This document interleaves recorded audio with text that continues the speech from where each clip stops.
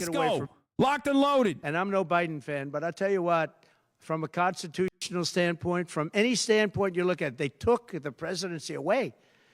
And people were saying he lost after the debate. He couldn't win. Well, I don't know that that's true necessarily. Thank you, Demacius, for the playlist. But whether he could win or he couldn't win, he had the right to run. And they took it away. They said they're going to use the 25th Amendment. They're going to hit you hard. Either we can do it the nice. I know exactly, because I know a lot of people on the other side, believe it or not.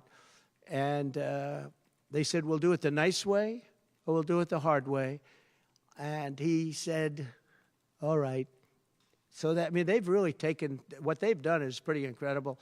And now I'm running against somebody else, and we're leading. We're leading. So I'm not complaining. I'm saying he knows the polls. He knows the polls ain't looking good. He knows the polls ain't looking good. That we cherish. We cherish this Constitution. To have done it this way is pretty severe, pretty horrible. You would have thought they would have gone out to a vote. They would have had a primary system. They would have done something. But to just take it away from him like he was a child. And he's a very angry man right now, I can tell you that. He's not happy with Obama, and he's not happy with Nancy Pelosi, crazy Nancy. She is crazy, too. She's not happy with any of the people that told him that you've got to leave. She's the GOAT. He's very Put unhappy, some respect on it, dude. I think he Put also some fucking respect on my goat's name, okay? That is Nancy LaGoat Pelosi. As you probably have noticed, and he had a rough debate, but that doesn't mean that you just take it away like that. Do we have a blast-off meme chat? He had 14 million votes. She had no votes. She got no votes. And I think she's crashing. I think when people find out, and I think people are starting to find out what a bad job she did. Do y'all have a good meme for this? On the border. She's trying to say she had nothing to do with the border. She had everything. She was appointed to head the border. And then they said, borders are, oh, she loved that name. She loved that name. But she never went there. She went to a location once along the border, but that was a location that you would love to go and have dinner with your husband or whoever. That was a location that was not part of the problem. Yeah, I heard she said. Not really going to the border. So essentially, she never went to the border. And if you listen to Tom Homan, if you listen to the great border people, Brandon Judd, from Border Patrol, if you listen to Paul, I mean, so many different people. I speak to them all the time. And I did when I was president. We had the best border in the history of our country. Now we have the worst border in the history of the world. Millions of people coming in, and our country cannot sustain it. Our country is going down because of this, because of incompetent people. So I just look forward to these debates. I think it's very important that we have them. Oh, he looks forward to them, all right. He was flailing, though. 10th, now he needs to. September 25th. And I think they'll be very revealing. I think they'll be very revealing. Do you have any questions, please? Folks, we already blasted off. No personal news, no nothing. Right off the rip-a-roni. Right off the rip, baby. We're going right into it. We're diving right into it. All the fucking politics perverts are loving it. I think she's worse than Biden, because he got forced into the position. She was there long politics before. Politics perverts got to be it right now. She destroyed California as the AG. But as the DA, she destroyed San Francisco. A friend of mine, Bob Tisch, all know the Tisch family. He was in many cities with companies. He said the greatest city we're going to go back in the country is San Francisco. Trump has accepted 3 debates, I know. 20 years ago. And he passed away a while ago, and he would be looking down and said, what happened? He thought it was the best city in the country. He had divisions there, lows. And he would be looking down in horror now when he sees she destroyed no cash bail, weak on crime. She's terrible. And yet they weaponized the system against me. They have me. I got so many lawyers. Now they want to delay cases. I won the big case in Florida. Loser talk. I won the big loser talk. This is loser talk. You sound like a loser. You're whining too much. This judge was a fair but brilliant judge. And as you probably heard, the big documents case, I won it. Now, Biden lost it because he didn't have presidential immunity. He didn't have the Presidential Records Act. He lost it. But the special, I call it prosecutor, special counsel, special prosecutor to me, he, appointed by him and appointed by Garland, he said the man's incompetent. He can't stand trial, but he can run for president. But we no longer have to worry about that because we have somebody that, in my opinion, is more incompetent. She couldn't pass her bar exam and lots of other things. And she should not be in a position because I love that bar. It's such a bad such a stupid thing to say. It is such an objectively dumb thing to shit on Kamala Harris over. She's literally a courtroom prosecutor and became the attorney general, dog. So many fucking lawyers failed a bar exam, especially in a state like California. You're so dumb. You are so stupid for saying that.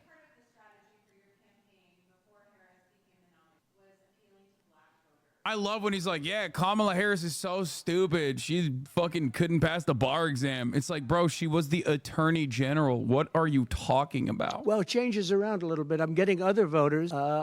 Perhaps, you know, I was doing very well with black voters, and I still am. I seem to be doing very well with... shut the fuck up. Don't be like a goddamn chatter, okay? They're not mic'd up. Reporters are not mic'd up. You're like a chatter right now. Black women, but I do seem to be doing very well with other segments. Extremely well with Hispanic. It's like a gray name. What are you Jewish doing? voters way up. White males way up. White males have gone through the roof. White males way up. White males. No, I don't know. All we're doing is giving you killing it with the white males. stats that you have. It could be that I'll be affected somewhat with black females, where we're doing pretty well. And I think ultimately they'll like me better because I'm going to give them security, safety, and jobs. I'm going to give them a good economy. We have a very bad economy right now. We could literally be on the throes of a depression, not recession, a depression. And they can't have that. They can't have that. So I think I'm going to do well with everybody, especially when the facts are right. Yeah, please, in the back. White males, we're doing great with white males. Black females, not so much. It's like, bro, like black women vote like 96% for the Democratic Party consistently. What are you talking about? He's not very popular with anybody. I think that this selection like black maybe women is better have historically than Josh voted Shapiro by like been, but I think Bashar other than Josh al-Assad Shapiro, numbers I think for the Democratic Party good always. Choices, but Josh Shapiro is not one of them. He's caused a lot of damage with a lot of people, and I don't think he would have been better. I think he would have been maybe the equivalent, maybe not as good. But they had some people that they were looking at that were good, far superior to her. They actually had a story where they had everybody, including, they had like 10 people that she was looking at, and her. And they said she was the worst of all. In other words, she was the worst out of the 10 people and her. No, Trump was not turning them around for the 2024 election. Don't be delusional. That was non-college educated men. We'd like to do 3 debates. Including black men. I think we should do 3 debates. We think Fox and ABC. And we also have CBS is going to do the vice presidential debate. So CBS will do vice presidential, and I have to tell you, J.D. Vance has really stepped up. He's doing. Why are conservatives saying she could have picked a better VP? Coping. They want to be like, oh, he's bad, because I think they do legitimately want to believe that like the radical socialist narrative works. But it doesn't fucking work. Listen, Bernie Sanders is objectively popular. It doesn't work if the Democrats don't lean into that fucking scared narrative as well. If the Democrats go, oh, radical socialist? You mean feeding children? Oh, so scary. You mean fucking paid family leave? So scary. If Dems do that and they defend those policies, then these guys look like fucking dumb baboons. Okay? Oh, he's so mad about the crowd size. 25,000 people and 25,000 people Look, just couldn't Ultra get him in. Instinct. He's activated. He hates the crowd size. 25,000 people, and 20,000 people couldn't get in. Oh, he's losing his mind. We had so many. Nobody ever mentions that. When she gets 1,500 people, and I saw it yesterday on ABC, which they said, oh, the crowd was so big. I have 10 times, 20 times, 30 times the crowd size, and no, they never say the crowd was big. That's why I'm always saying turn around the cameras. I'm so glad you asked that. I think it's so terrible when you say, well, she has 1,500 people, 1,000 people, and they talk about, oh, the enthusiasm. Let me tell you, we have the enthusiasm. Oh, no, you don't. The Republican Party, and me as a candidate, but the Republican Party He's crashing out. Has the enthusiasm. Because people want to see crime stopped. They want to see a country that's respected. Think of it. If I were president, you wouldn't have Russia and Ukraine, where it never happened. 0 chance. You wouldn't have had October 7th of Israel. You wouldn't have the horrible withdrawal. And I don't mean the withdrawal, because the withdrawal was fine. I was ready to withdraw from Afghanistan, and we were going to do it with dignity and strength. And we were Remember that taking ownership over withdrawing from Afghanistan. We wouldn't have had pro-peace, 13 great presenting himself as the peace candidate. Well, remember that, Democrats. Remember that. Soldiers killed, and we wouldn't have had 45 soldiers obliterated. No legs, no arms, the face. None of that would have happened. And you wouldn't have had inflation. You wouldn't have had any inflation because inflation was caused by their bad energy problems. Now they've gone back to the Trump thing because they need the votes. I don't know if you know, they're drilling now because they had to go back because gasoline was going up to $7, $8, $9 a barrel. So they said, we better do what Trump. But the day after the election, if they won, you're going to have fuel prices go through the roof. Everybody's going to be forced to buy an electric car, which they're not going to do because they don't want that. It's got a great market. It's got a market. It's really a sub-market. People want gasoline-propelled cars. They want hybrids. They want to have everything, and they want electric. But they want everybody to have an electric car. We don't have enough electricity. We couldn't make enough electricity for that. And you know what else? The weight of a car, the weight of a truck. They want all trucks to be electric. Little things that a lot of people don't talk about. The weight of a truck is 2.5 times. It's 2.5 times heavier. You would have to rebuild every bridge in this country if you were going to do this ridiculous policy. So, but on crowd size, in history, for any country, nobody's had crowds like I have, and you know that. And when she gets 1,000 people and everybody starts jumping, you know that if I had 1,000 people would say, that's the end of his campaign. I have hundreds of thousands of people. In South Carolina, I had 88,000 people. In Alabama, I had 68,000 people. Nobody says about crowd size with me. But she has 1,000 people or 1,500 people, and they say, oh, the enthusiasm's back. No. The enthusiasm is with me and the Republican Party because they want to stop crime. They want to stop people from pouring into our country from places unknown and from countries known, from countries that nobody ever heard of. That's where the enthusiasm. Yeah. I don't know if I can or not. I got him elected. Without me, he wouldn't be governor. I got him elected. He was doing terribly. I got him elected. With that being said, I hope we can repair it. But if we don't, the people are still the people, and they're going to vote. We're leading in Georgia by a lot. We're leading in Pennsylvania by a lot. So, but I don't know. Now in Pennsylvania, that's not I have great true. relationships. In Georgia, I do too, but unfortunately not with the governor. I've never understood it. When you get somebody elected, they're supposed to like you. He's not exactly, for some reason, and you'll have to ask him about that. Yeah, I'd love to see it get repaired. I think that if we don't win Georgia, Georgia is a big win, is a big state. So I won Alabama by a record. Nobody's ever gotten that many votes. I won South Carolina by a record. You don't win Alabama and South Carolina by records and lose Georgia. It doesn't happen. And the people of Georgia understand that. There was tremendous anxiety and problems in Georgia. A lot of people say, what happened? And we have to, all we want is honest elections. If we have honest elections in Georgia, we have honest elections in Pennsylvania, we're going to win them by a lot.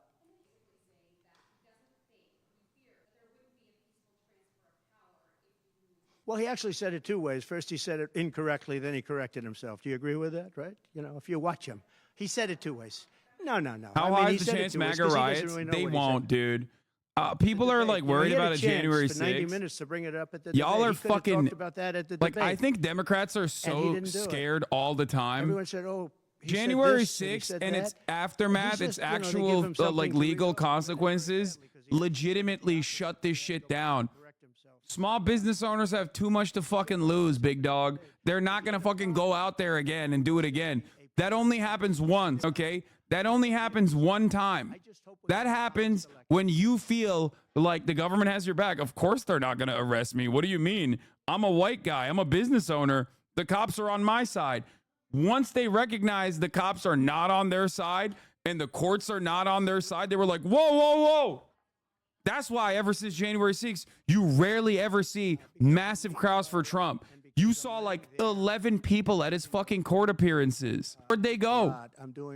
The Republican Party pulled the infrastructure, the astroturfing infrastructure Trump had. Literally, they pulled the chair from underneath him instantly, okay? You have to remember that. The Republican Party has nothing in terms of numbers. Donald Trump is a unique candidate that can actually draw a crowd. Certainly, but without the Republican Party's AstroTurf strategies, Turning Point USA shipping in people with buses, all these other groups, all these other organizing entities, these think tanks busing people to certain places, once they recognized that they got legal liability, it was done. That's why you saw like 12 of the most mentally ill people you've ever seen sitting outside of the fucking courtroom for Donald Trump's court proceedings and shit. Great danger. We're great danger of being in World War III. That could happen. No, after their convention, yeah. And I'm going out. Actually, I'm going out to certain places. Am I going to the DNC? Yeah, I talked to them this morning. Not even for me. I'm trying to help when I go out to Wyoming or when I go out to Montana, or I'm going to different places to help people. And I don't have to go there because I'm leading those states, as you know, by 35, 40, 50 points. I'm leading by record numbers. I'm going because I want to help senators and congressmen get elected. What happened to my chat? Congressmen and women get elected. Yes, please. Yeah, go ahead. My chat just broke for no reason. That was weird. The upcoming what? Yes, I will be streaming from the DNC. I'm trying to get a place at the DNC, like a permanent space at the DNC where I can stream from inside the DNC. We're going to see if we can do that. Musk. So, yeah, sure. So Elon called me. As you know, he endorsed me full-throated. Great endorsement. I'm going every day. I respect Elon a lot. He respects me. And not easy for him to endorse, to be honest with you. You know, it takes courage to endorse people. Many people have courage and many people don't. He does have courage. And Elon endorsed me, and he asked me whether or not I'd do a show on Monday, and I think it's going to be Monday night. And I believe he's the host of the show, so it'll be very interesting. A lot of people are talking about it. I look forward to it. That'll be done on Monday night.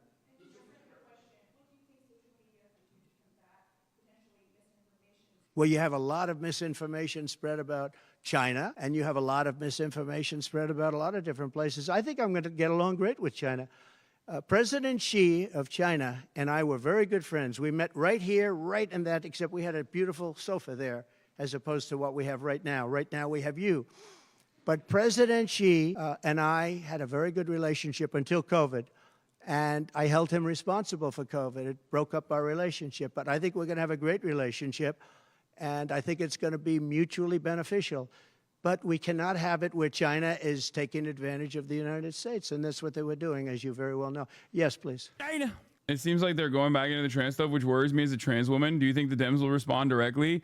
They have Walz on the side. Walz is the VP. They have to respond to it. It's fucking awesome. That's why I love the Walz situation. That if you Democrats should always be like, dude, you're just trying to bully 1% of the population. You're fucking gross. You're weird. You want to do penis inspection day at school. You're a fucking loser. And possibly a pedophile. Shut the fuck up. That's all they need to do. Every single good policy, like tampons in bathrooms, that's bad. You don't want people to have menstrual products in their bathrooms for free? The fuck's wrong with you? They have to sully everything by being like, oh, but they're going to put it in the boys' rooms. It's like, no, they're not. But even if they were, who gives a fuck? But I said peacefully and patriotically. The biggest crowd I've ever spoken to, and you've seen, Maggie, I was at the mall. I was at the Washington Monument. I was at the whole thing. I had crowds. I don't know who's ever had a bigger crowd than I have, but I had it many times. The biggest crowd I've ever spoken before was that day. And I'll tell you, if you have a switcher like a Blackmagic ATEM, they might have a clean camera feed you could use for your stream at the DNC. I don't know about that. Relatively going to the Capitol. But you never see the picture of the crowd. The biggest crowd I've ever spoken, I've spoken to the biggest crowds. Nobody's spoken to crowds bigger than me. If you look at Martin Luther King, when he did his speech, his great speech, and you look at ours, oh my God. Real estate, same oh my everything, God. Oh my same God. number of people, if not. Oh my God, he's comparing. He's white boy MLK, baby. People, but I had 25,000 He's right. people. But when you look at the exact same picture, I'm Martin Luther King for the whites. The fountains, the whole thing, all the way back to from Lincoln to Washington, and you look at it. I'm bigger than MLK. His crowd, my crowd. We actually had more people. He's saying he had more people than MLK. Yo! And I'm okay with it because I liked Dr. Martin Luther King. Yeah, please. Oh, you liked him. Good. Isn't it crazy? Now Trump is talking about January 6th so often, should have reminding people what he did. Yeah, I don't know why he like. Sure. That's such a dumb idea for him. We have a Constitution. It's a very important document, and we live by it. She has no votes, and I'm very happy to run against her. I'm not complaining from that standpoint. And I hate to be defending him, but he did not want to leave. He wanted to see if he could win. They said, you're not going to win. After the debate, they said, you're not going to win. You can't win. You're out. And at first they said it nicely, and he wasn't leaving. And then you know it better than anybody. Wait a minute. So when you think about it, they said at first they were going to go out to another vote. They were going to go through a primary system, a quick primary system, which it would have to be. And then it all disappeared, and they just picked a person that was the first out. She was the first loser, okay? So we call her the first loser. She was the first loser. Is that what you call her? When, during the primary system, during the Democrat. Damn, should be pretty easy to fucking defeat then, don't you think? Wouldn't this be a gift? She had no votes. Wouldn't you be talking like it's a major gift for you then? She's such a big fucking loser. Why are you mad? I'm looking forward to, but why are you mad then? Obviously, Why are you chirping? You're chirping. You're chirping. Then for some reason, and why are I you know so he bent out of regrets it, you shape? do She's a too. fucking loser. He picked her, and she turned on him too. She was working with the people that wanted him out. He But can't the even fact come up with that a good you can nickname. God, he's get no so votes, sauceless. Lose in the primary system. In other words, you had 14 or 15 people. She was the first one out, and that you can then be picked to run for president. It seems to me actually unconstitutional. Perhaps it's not. Please. Kamabla. Kamabla. So I've run against Hillary, and I've run against various other people. I would say that in terms of intelligence, Hillary was far superior. I would say that. Hillary was smart. She was her own worst enemy in many ways, but she was smart, very smart. Okay? If you ask me to compare them, please.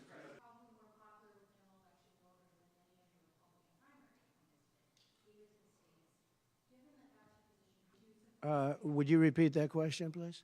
You have to speak up. Yes, sir. It's a hard room because it's very big, if you know. So this is worth $18 million.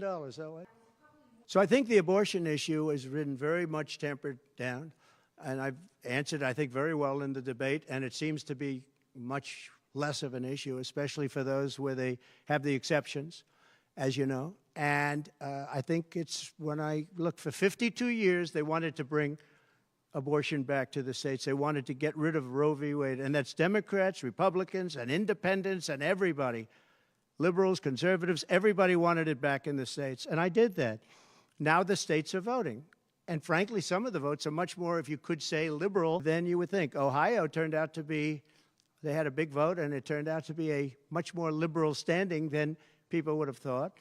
Kansas, the same thing, and then you have Texas, and you have other places where it may be different. But the issue has been brought back to the states now, and like Ronald Reagan, I believe in the exceptions for rape, incest, and life of the mother. I believe strongly. I think that that's a very important thing. I think when you have to follow your heart, but when you don't believe in the exceptions, I think it's much tougher. It's a much tougher issue. But about 82% of Republicans do believe in exceptions. I think and a lot of them are changing their mind and coming even further. I think that abortion has become much less of an issue. It's a very small, I think it's actually going to be a very small issue. What I've done is I've done what every Democrat and every Republican wanted to have done, and we brought that issue back to the states. And now the states are voting on it. And frankly, some of the votes are a lot different than people would have thought. But it's the vote of the people is taking care of it. And, you know, when you think about the Democrats are really the radical ones on this because they're allowed to do abortion on the 8th and 9th month and even after birth. If you look at your new... Democrats want to kill your children. They want the Guatemalan migrants to come to the hospital and kill your child after birth. They're doing it, folks. They're doing it to only the whites. He said, the baby will be born. We will put the baby aside and we will decide with the mother what we're going to do. This is so good. It's so good. Please, keep it up. Minnesota keep it up, sir. This guy agrees with that. He is the most liberal. Look, between her and him, there's never been anything like this. There's never been a combination. So I'll use the word progressive. You know, they want to go progressive. They don't like the word liberal. I like liberal better. I think it's more appropriate because nobody knows what progressive means. But they now like to use the word progressive. But there's certainly never been anybody so liberal like these two, or even close. I think the abortion issue has been taken down many notches. I don't think it's a big factor anymore, really. And when people hear what I said in the debate, and I think I said it very well during the debate, we brought it back to the states. People totally forgot that we are stopping women from getting abortions. Very importantly, and you think about this, Assuming you have exceptions. If you don't have exceptions, it's a more difficult thing. At the same time, there are people that strongly feel that way, and you have to follow your heart, and you should follow your heart. But that issue is very much subdued. Yeah. I love how stupid Republicans are. I love you, Chatter. I mean, my state's vote decision isn't bad. Yes. That's really interesting that you say that, because it's really odd that many states have actually voted to preserve abortion, like to protect it. 75% of the country considered Roe v. Wade to be the law of the land, and literally red states have actually voted to preserve entertainment. They wanted hunting, to protect abortion rights. Okay, Republicans are the ones who are going against the wishes of the population. You dumbass, got him. You didn't get shit. Shut up. Take a day off. The opposite way. They had very strong gun laws, and now they have gone the opposite way, where they allowed people to have guns, where in one case they encourage people to go out and get guns, and crime is down 29%. And remember this, what is the toughest gun law in the United States? Chicago. On July 4th, 117 people were shot and 17 died. The toughest gun laws in the United States are weirdly enough, Illinois as a state is so goddamn close to states with no fucking gun laws. Afghanistan does not have that. Afghanistan, It's by weird. the way, It's weird. It's almost like America is a network of states that are united. And like, if you have a state that has no gun laws whatsoever, that kind of fucks it up for the states with gun laws. You know what I mean? It's just odd. Also, having said that, even the gun violence rate in Illinois is still lower than fucking red states. You're so wrong. I had a talk with Abdul. Abdul was People just always go Chicago, Chicago. It's like, bro, gun violence in the state of Illinois is still literally lower than red states. Gun violence in red states are still higher. You want to know why? You want to know why? Because they have more guns. That's it. We had the disaster of the lift, where people were falling off airplanes from 3 times the height of the World Trade Center. I mean, terrible. But now our country has to be respected again. Please, go ahead, please. I'd be against that. That Kamala is in favor of not giving Israel weapons? Yeah, that's what I hear.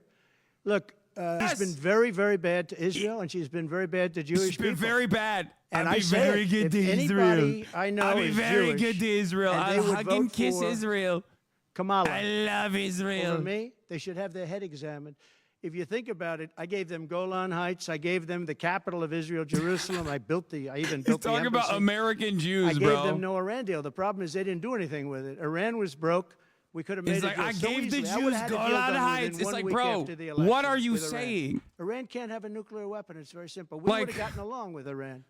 I was This looking forward is to it. this unironically, I'm sorry, this is anti-Semitic. Like, and I'm not saying that in like a woke, like, you're being anti-Semitic.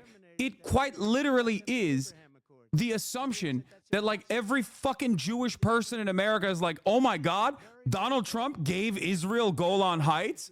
Well, I guess I'm voting for him now. Like, you only think this way if you are straight up anti-Semitic, and you literally think like every Jew, like they don't have any interest in fucking progressive policies. They have no interest in like preserving abortion rights or whatever. They're like, oh my God, Golan Heights. Well, that seems fucking sick for me. I know who I'm voting for. It's so stupid.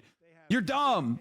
You're dumb. I'm not just saying that, like, I'm not saying this to simply be woke when I talk about like Jews are not a monolith, okay? It's just so stupid. No one makes voting decisions like that, okay? He's literally, he has no way of comprehending this electoral calculation beyond like, what do you mean? What do you mean? I gave the Jews Golan Heights.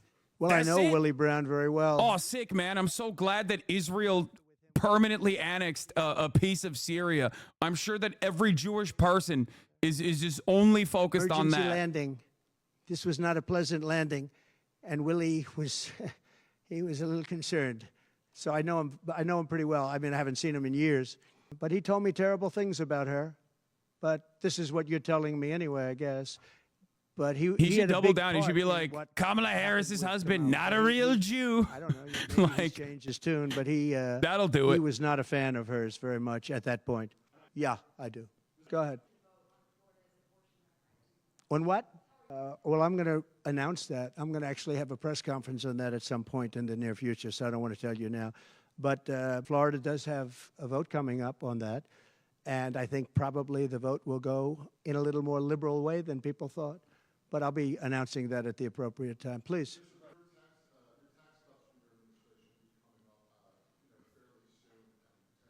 Oh, I can't go a minute without hearing something about Jews on Twitch.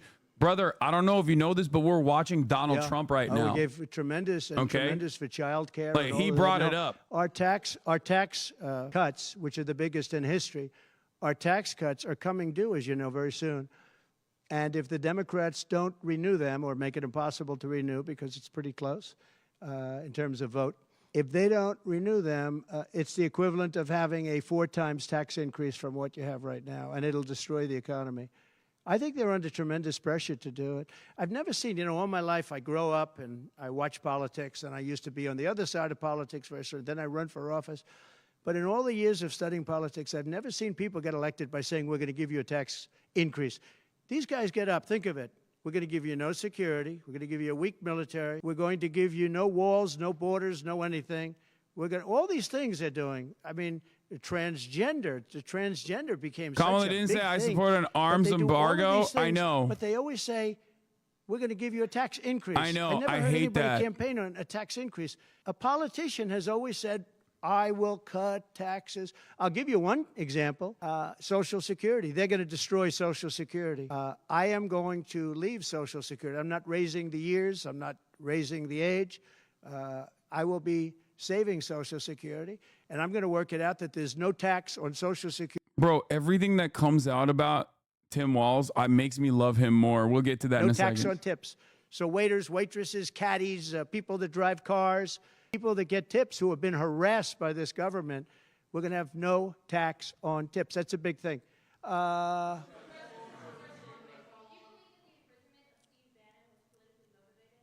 Yeah. Oh, absolutely. Sure. Because other people have done far bigger things than Steve Bannon. Sure, it's politically motivated. I think it's a horrible thing they did. Look, they've weaponized government against me. Look at the Florida case. It was a totally weaponized case. All of these cases, by the way, the New York cases are totally controlled out of the Department of Justice. They sent their top person to the various places. They went to the AG's office, got that one going. Then he went to the DA's office, got that one going, ran through it. No, this is all politics, and it's a disgrace. Never happened in this country. It's very common that it happens, but not in our country. It happens in banana republics and third world countries, and that's what we're becoming. We have no borders. We have bad voting regulations. Anytime you have mail-in ballots, you're going to have problems. France learned that lesson. France had all mail-in voting, and they went back to paper ballots, voter identification, voter ID. They went back to a normal system, one-day voting. They don't want to be around, voting for 64 days. And look, the election, I keep talking about November 5th, but the election really starts on September 6th.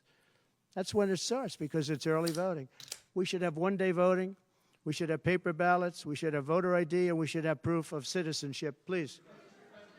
I think Trump is literally a mail-in voter, for the record. For who? He votes from a state that has also mail-in voting, Florida, and he himself is a mail-in ballot voter. So it's additionally funny that he constantly shits on it. There are plenty of Republican deep red states in this country that also have universal ballot registration and mail-in voting. Utah being one of them. He's a very big believer in the country, but he's very worried about the country. So he's very worried about the country. Now, he can vote, by the way. I don't know if it's good for him politically. If he was registered in the state of New York, I don't know if he'd be able to vote, but in the state of Florida, in the state of Florida, it defers back to the actual state. And because in the state of New York, he is allowed to vote despite his felon status, he will be able to vote. No, he is able to vote. This danger. Okay, please. If he was prosecuted for the same crime in the state of Florida, he would not be able to vote. In the state of Florida, they defer to the individual state. In the state of New York, you are allowed to vote as a convict. Yeah. The polls have suggested. There are some polls that say we're going to win in a landslide. People are voting with their stomachs, meaning they're going to the grocery store. They're paying 50, 60, 70% more for food than they did just a couple of years ago. Look at what's happened to energy. Look at what's happened not only to their cars, where gasoline's gone from $1.87, $1.87, and we had moments when it was below that. No, okay, chatters. Trump got criminally convicted in the state of New York. In the state of Florida, where he votes, where he has permanent residence, Florida defers to the individual state where you got your conviction from.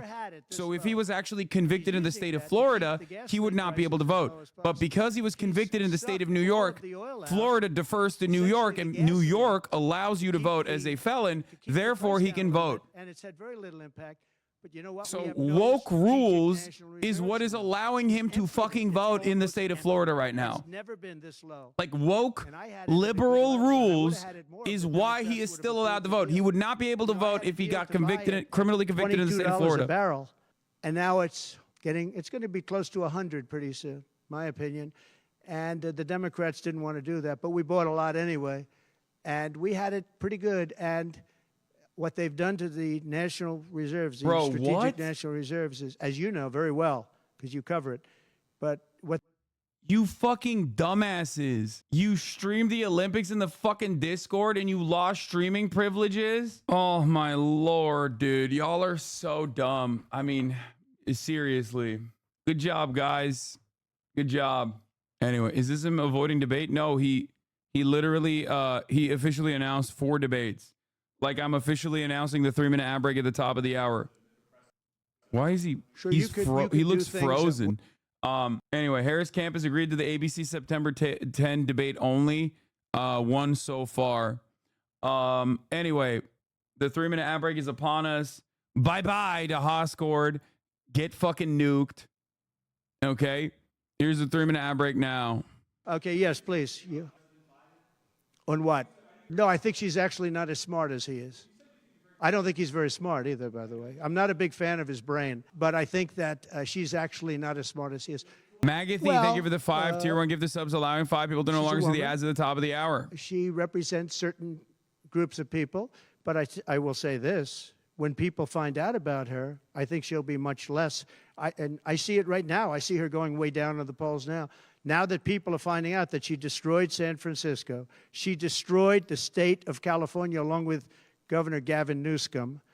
He's been a terrible governor. Terrible. That one's a banger. Newsom is a banger. And she was early. I mean, she was the first of the prosecutors, really. You know, now you see Philadelphia, you see Los Angeles, you see New York, you see various people that are very bad.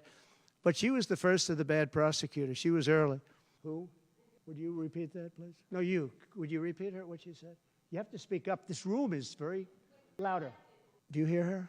Daily press briefing? Why would I do that?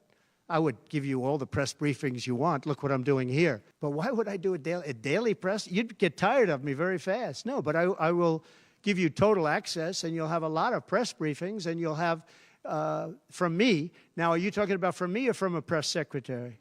Well, yeah, probably they'll do something. If it's not daily, it's going to be a lot. You'll have more than you want. Yeah, please. I don't think it's appropriate for me to talk about it. I think it's a tragic story. You want to know the truth. And I felt that with Hillary Clinton, too.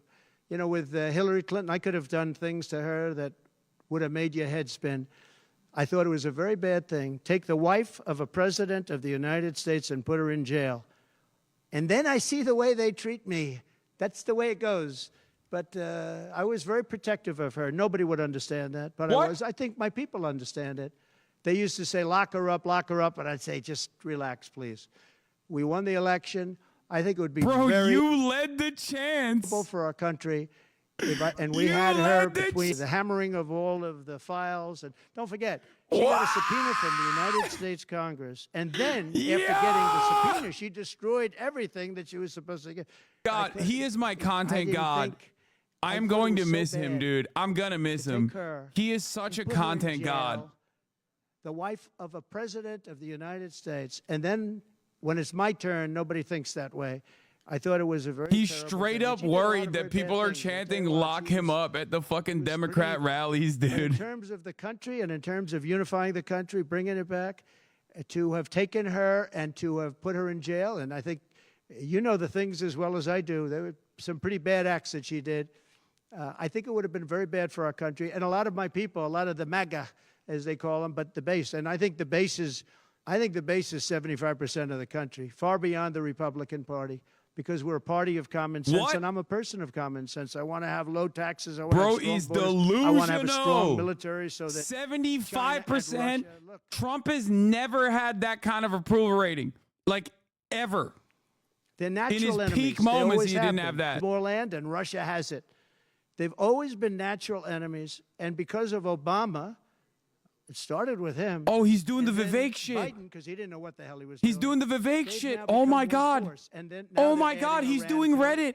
and they're He's adding doing North Reddit Korea to it. Groyper memes. Pretty powerful force. He's doing Tucker This is Carlson. something that He's is doing, we got to unthinkable that realign they're with allowed to Russia have. against China. Oh my God. Oh my God. Oh, dude, this kind of shit is so awesome. If he stays to the foreign policy of like, no new wars gonna- under my leadership, the honeymoon phase. Democrats love wars, She's got a little that is period. actually a pretty solid way to do it. But the moment that he starts politics. It's talking not about about like her. I foreign think she's policy and being like, incompetent. we got to change our realignment with Russia destroyed and like have California, Russia she be our destroyed ally Cenat. against Everything she's China. touched. That's the greater enemy. All that stuff is boring, nerdy. Nobody gives a fuck. Nobody thinks about it beyond the fact that you're just saying that. Okay? She's incompetent. And the people that do give a reason fuck she's about not it doing are going to what I look at do you and go, and what are she's you not talking doing about? what she should Ukraine, be we're doing. dumping all of our surplus weapons into that fucking country. And, like, the people that do care about it, the actual military industrial complex, they are going to look at that and go, dude, you're fucking delusional. That's bad foreign policy in general. It's awesome. This is an awesome way to just completely boulder your own argument. Lately, he couldn't, perhaps. But she should be doing interviews. She doesn't want to do interviews. People fucking hate reason China, she though. doesn't is Yeah, number you know one, her who else they hate? policies are so- Russia, bro. Just to answer your question, I think that it's not going to change because But you know it's what really they like? ultimately Peace. not about her as much as about her policies. She wants open borders. She wants But it to is defund like the NATO police. for She Joe wants to Biden, defund right? the It doesn't police. negatively She wants to polarize us take away your either. guns. Or does it? Yeah, Anybody nobody that gives a thinks they're fuck not gonna about it. come- That's why I kept telling Biden to shut the fuck up about bringing in Sweden and Finland into NATO. No dude, no voter is going, oh my God, we got Sweden and Finland into NATO. Oh, I'm definitely voting for Joe Biden now. Just like no one is going to be like, yeah, we really got to retriangulate our alliances with Russia so that Russia could be an ally against our battle that we're going to be waging with fucking China. No one thinks like this. This House has guns. We will use the guns. They say, let's pass. We'll go someplace else. You have to have them. What? Don't end it And if for 5K 4 people years, leave. and, Ha as you ha. know, the What? NRA endorsed me very powerfully every time I ran. Every time. My sons are members, and I guess indirectly I'm a member too. But Of they the gave me the IRGC. strongest of endorsements, and that's against very strong competition. People that felt the same way. No, you have to have that right. Our Second Amendment is a very important right, and it has to be protected. Okay, how about you? Go ahead. Now do a terrible top of the hour break. I already did it. So there are some of the most brilliant people on Wall Street that are saying that if President Trump doesn't win, you're going to have a depression. I happen to agree. I think that's true. Because I know how bad these people are. You know, they like to say that they did this and that. You saw the $7 trillion that they said it was me for $7 trillion. It wasn't me. It was them. They said that I had inflation. They took over 9% inflation. No, I had 1% inflation. I had actually no inflation because if you look at the categories, we had just about no inflation. But I had a very minor, I actually had a positive inflation. It was a perfect number because you don't want zero. I mean, I'm not going to give you a whole course on economics, but you don't want zero. 1%, 1.4% is great. You want a little bit because you don't want to have deflation. Deflation number. is, in many ways, even worse. I had a perfect number right around the 1% number. It was perfect. And to show you, it stayed there for 2 years. And then he did all of the different borrowings that he did. And then he did so many things wrong. Every time he would do it, I'd say, big mistake. And don't forget, they sell hats and they sell stories. Trump was right about everything. I have been right about a lot. Yes, Maggie? Well, we had a commission like other people do, and it's always complicated and it's always controversial. And we had commissions that, and I think of respected people, you know many of the people on the commission, and they would recommend to me certain pardons for certain people. Some people were treated very harshly. a fantastic woman. As you know, she served 24 years for being on a phone call having to do with drugs. You know who I'm talking about. She was great. And she had another 24 years to go. And it was largely about marijuana, which in many cases is now legalized, okay? But we had many very highly regarded people on a commission, and they'd recommend, and they'd put a reason why. Some people were, served time, but they served a lot of time for something that today people wouldn't even serve time by. Well, for the most part, I think they did. I mean, they did. They go through. They went through. I had a commission. It was a very important commission to me, and highly respected people. And frankly, they came up with some decisions that I wouldn't necessarily agree with, but I did it. But I let a lot of people out that had no representation. I went to people in jails, in prison that we respected. I said, how many of these people should be let out? We let out large groups of low-income people that were serving like 40 years for something that today you wouldn't even be put in jail for. What? We had very few people let out because I said I really don't want to let people out where they had a lot of violence, where they had killing, et cetera, et cetera. And for the most part, we didn't do that. Yeah, please. Let's fucking go. Content, baby. Content. So much content coming our way. So much content coming our way. On defense? Federal Reserve. I'm eating. Right. We're eating. He's doing well. The Federal Reserve is a very interesting thing, and it's sort of gotten it wrong a lot. And he's tending to be a little bit late on things. He gets a little bit too early and a little bit too late. And, that's very largely it's a gut feeling. I believe it's really a gut feeling. And I used to have it out with him. I had it out with him a couple of times very strongly. I fought him very hard. It's fucked up, but true. We get along fine. We get along fine. But I feel that the president should have at least say in there. Yeah, I feel that strongly. I think that in my case, we'll talk I about made this. a lot of money. I was very successful. Kind of know, and I think I have a better instinct. I'm almost certain I know what happened here. Like, I'm almost certain because I'm talking to the DNC. Like, I'm talking to the marketing agency that's like doing DNC operations as well. And I'm almost certain I know exactly what happened there. I don't think it was a staffer. Well, as we legalize it, I start to agree a lot more because, it's being illegalized all over the country. Florida has something coming up. I'll be making a statement about that fairly soon. But as we legalize it throughout the country, whether that's a good thing or a bad thing, it's awfully hard to have people all over the jails that are in jail right now for something that's legal. So I think, obviously, there's a lot of sentiment to doing that. Yeah, please.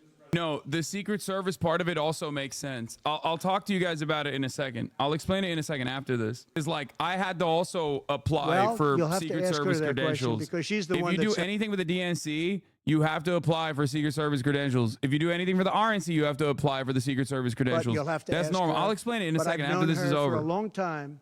I actually contributed to her campaign a long time ago because I was a developer. I contributed to lots of campaigns of Democrats, Republicans. Is this presser helping Trump at all? Liberal, Fucking helping him lose, maybe. No, it's terrible. To me, it doesn't matter. He's low energy. He's flailing. He's saying the most insane, unhinged shit. Really. The media is desperate for Trump opportunities so they can clip him.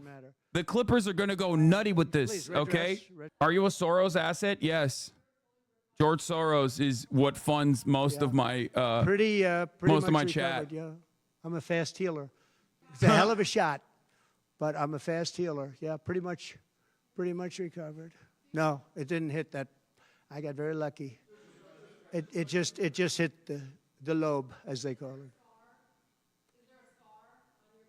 Yeah, a little bit, not much. On top, a little bit. Yeah. Well, we're starting that. Yeah. We are going to start the largest mass deportation in the history of our country because we have no choice. It's not sustainable. And we are going to start with violent criminals, and we're going to start then with criminals. And our local police is going to work with us because they know everything about the people. They know their names. They know everything about them. They know their middle name. They know their numbers. And as you know, the other side is trying. Look, for years I wondered, why are they allowing these people to come in at levels like this? It was incredible. And I said two reasons. They're either really stupid, and I don't believe they're stupid. There's anybody that can cheat on elections like they cheat is not stupid. Or, in the alternative, they have bad motives or they hate our country. And I used to think they hate our country. But lately I've seen where they're trying to sign these people up to vote. And they have to stop. They cannot let illegal immigrants vote in this upcoming election. All right, one more question. Go ahead, one more. Make it a good one, please. Oh, make it a good one.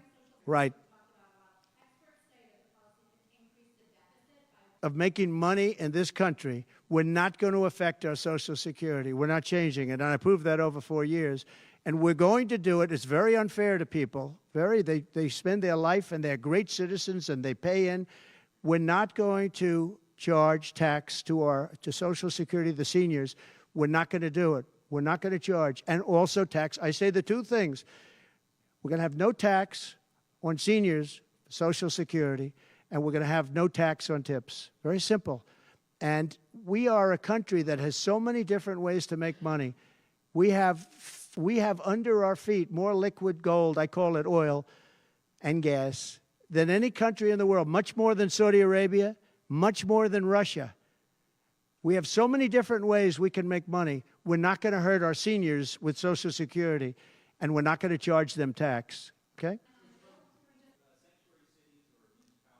We should not have sanctuary cities. Sanctuary cities is a way of protecting criminals, and we should not have sanctuary cities. And if you go to California, and I know it well, I have property out there, great property. If you go to California and you ask the people of California, do they like the idea of sanctuary cities? They don't like it. They're tired of it. They're tired of crime. They're tired of what's happened to our country. Our country's become a crime-ridden mess, and we're going to stop it on November 5th. Thank you very much, everybody. Thank you. Thank you. My goat. Look at him walk away. Pressure will now start mounting on Kamala to take questions on her policies. Yeah, good. Kamala is campaigning, but she also has to do some adversarial conversations with the media. And it's going to be very important. It's going to be very important for her to stay on message and not fucking cave, not capitulate, not tack right. Don't do any of that. Okay? Do we need to watch the beginning? We missed like the first 30 seconds, I think. Or did we miss the first 30 minutes? World war, in my opinion. The media, not protesters? No, the media is important because they will bring up the protesters. I don't know. You look pretty bored by the end of that speech. No, I know. So someone in hot scored fucked, and now we're in hot water with the Olympics. I know, man. Shut the fuck up. I know. Discord literally, you guys don't deserve anything. You deserve less. Okay. You in the hot scored, you deserve less. Okay. Yeah. Good. I'm glad you can't have fucking live streaming privileges in the fucking Discord server. Okay. That's it. Like you're like, what are you doing? Like, what are you doing? The IOC is literally one of the most litigious fucking institutions on the planet. What are you doing? So dumb. Yeah. What about anime night? Yeah. Get fucked anime night. You can't do any of that. Like, you streamed the Olympics? What the fuck are you doing? This is also yet another example that I have no control over the fucking Discord. It's for you, by you. Probably a bad idea in general, but you know, you're nuts for thinking that you can fucking live stream the Olympics. Get fucked. Yeah. For you, by you. This is where it went wrong. It's true. Anyway, they copyrighted our 1 second clip of the Olympics. The pod instantly. I had to cut it. Yeah. Y'all are crazy. We had to take down our Iman Khalif video. They literally are like that. For 1 microsecond of a video, the Olympics will come down and come down hard and will destroy you. Okay? Kamala Harris is going to speak at the U.S. election campaign event in Michigan. It just started, but we're not going to do that yet. We're going to talk about a whole bunch of other stuff. First and foremost, let's get this out of the way. Okay? First and foremost, let's get this one thing out of the way. I'm going to talk about the Kamala Harris stuff from last night. Obviously, she's been campaigning pretty hard. I'm very excited about the debate. Okay, we'll do all of that. But first, so here's what's going on. TMZ has gotten information. Turns out, Bussy Angel, I will fucking ether you. Okay, you really want me to fucking shut down Hoscore? Look at this. Everyone retweet. Yeah, you think it's funny? I will fucking ether you. I will destroy the Hoscord. I will nuke it. Don't make me drop the nuke. My hand is on the button. Okay. Anyway, so y'all think it's so sweet. You're like, oh yeah, it's our little place. We we can make fun of him here. And then you're like, oh no, I have nowhere to go. I have nowhere to go. Anyway, yeah, we'll see next time there's a tech support issue. Okay, so as you guys know, Cenat came out and was like, oh, someone from the Kamala campaign reached out and, the Secret Service is calling me, whatever. Obviously, there's a little bit of embellishment there. He is an artiste at the end of the day. You know what I mean? Like, I get that. My suspicion is that it wasn't someone directly from the Kamala camp that actually fucking reached out, but most likely someone from not even the DNC personally, but someone who is in charge of the marketing for the DNC. I will not, like, these are the people that I'm talking to as well currently. So I suspect that is what happened. It was like most likely someone who's doing marketing, because there's a shit ton of think tanks. There are a shit ton of think tanks that are operating right now. There are, and all of them are talking about how they have access to high level, how they have access to high level politicians, how they're representing the campaign or whatever. It's normal to a certain degree. They do have that power. So I suspect that someone that is working for a marketing agency or someone that is working, I don't know the full details. I don't know, but I totally understand why Kai would assume that it was like directly someone on the Kamala camp that was reaching out. But the story started with streaming superstar Cenat is pissed. He's getting calls from the Secret Service because Kamala Harris campaign wants to collaborate with him. But we're told this is far from the truth. Kai went live with an angry rant about politics and Secret Service nosing into his world. But no one from the Harris for President camp has been in touch with Kai or his stream. A source with knowledge tells the situation to TMZ. So the thing is, it's probably not Kamala Harris's election committee, like election campaign, like Kamala Harris's campaign that directly reached out. It's most likely a third-party marketing agency that handles influencer and talent relations for the DNC that reached out. And they do have the capacity to like put influencers in front of Kamala Harris, so they're not like lying either.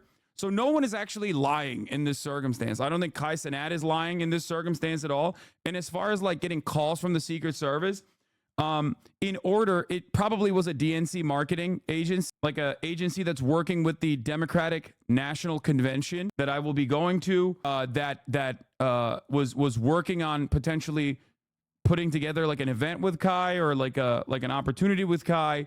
And yes, if that is the case, then Secret Service will reach out. You have to get Secret Service clearance in order to be able to do this thing.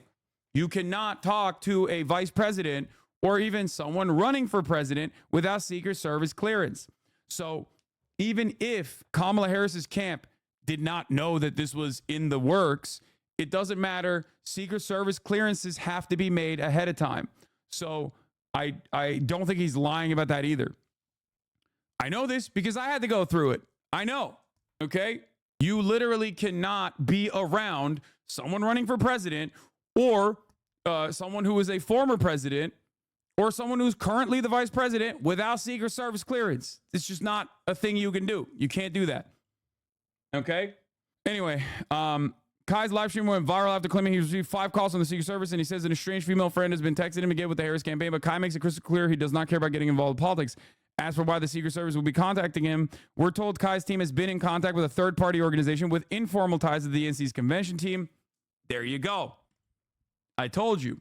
That is what's probably going on. It's probably a marketing agency that is working with the DNC that wanted to put Kai in front of Kamala Harris. They do have the capacity to do so, but in order for that to even happen, they still have to, they still have to get through Secret Service clearance. Okay.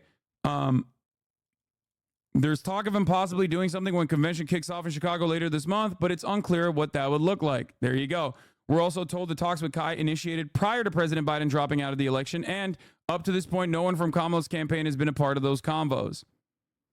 This all comes in the heels of Kai and Kamala supporters clamoring for them to link up after Donald Trump was interviewed by another popular streamer, Aiden Ross. We've reached out to a rep for Kai. So far, no word back. What? This is a false article. Kai refused to mention the party or candidate that the person mentioned. Wait, what? Why did they even feel the need to make this a story? It all ties to the Harris campaign, and you even called them reaching out during the Aiden stream. Yeah, no, it makes sense. Are you planning on lining up some interviews while you're at the DNC? Yes, I had a conversation with the DNC this morning, and that is what we were talking about. I'm trying to explain to them. It's a weird situation because I don't think like these people understand. Like it's not like TwitchCon, you know what I mean? Where every single person you talk to at DreamCon or every single person you talk to at TwitchCon understands who I am, what my background is, and also how to live stream. But when you're talking to a marketing agency that is like in charge of the DNC, they don't fucking know. They don't understand how any of this shit works. So there's like influencer credentials, which I have, and then there's press credentials, right? So I'm in between. I do both. So I'm trying to figure out a way in which like I can get both and also explain to them that I would like to live stream the entire process. And I don't think they understand that. So we'll see.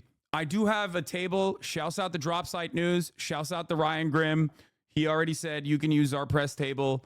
So I will most likely be setting up shop there. And we'll figure it out once we set up shop inside of the DNC as well. But you better say hi to us in the protest line. No, I'm going to walk past the pro-Palestinian protesters like, I don't know y'all. Peace. No, I'm kidding. So you aren't a Democrat. Why are you going to just be antagonistic? I don't know if you know this, but I am a political commentator. Fox News will be at the DNC, okay? And they are infinitely more antagonistic to the Democratic Party than I am.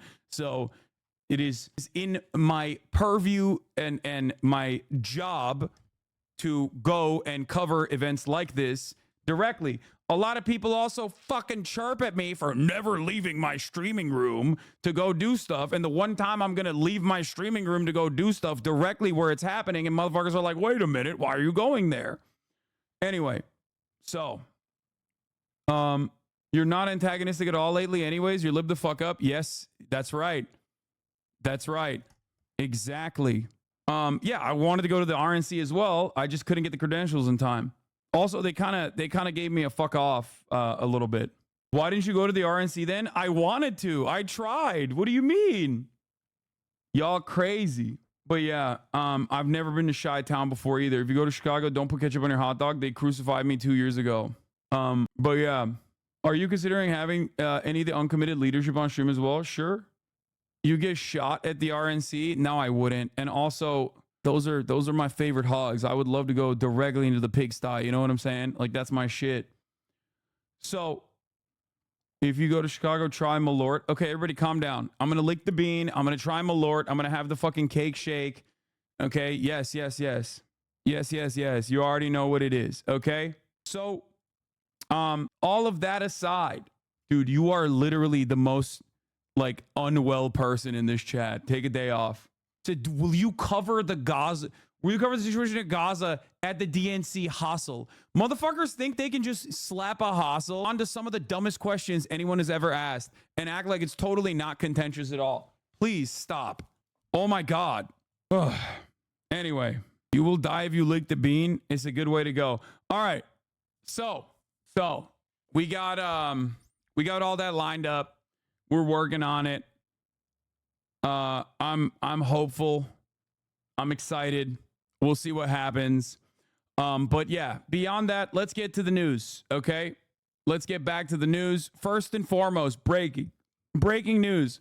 Tim Walz is an enemy of the Italian American community. He has a long history of being in favor of erasing our culture. He strongly has supported the removal of Christopher Columbus statues. We will call it for what it is, racism. The IACRL demands he drop out.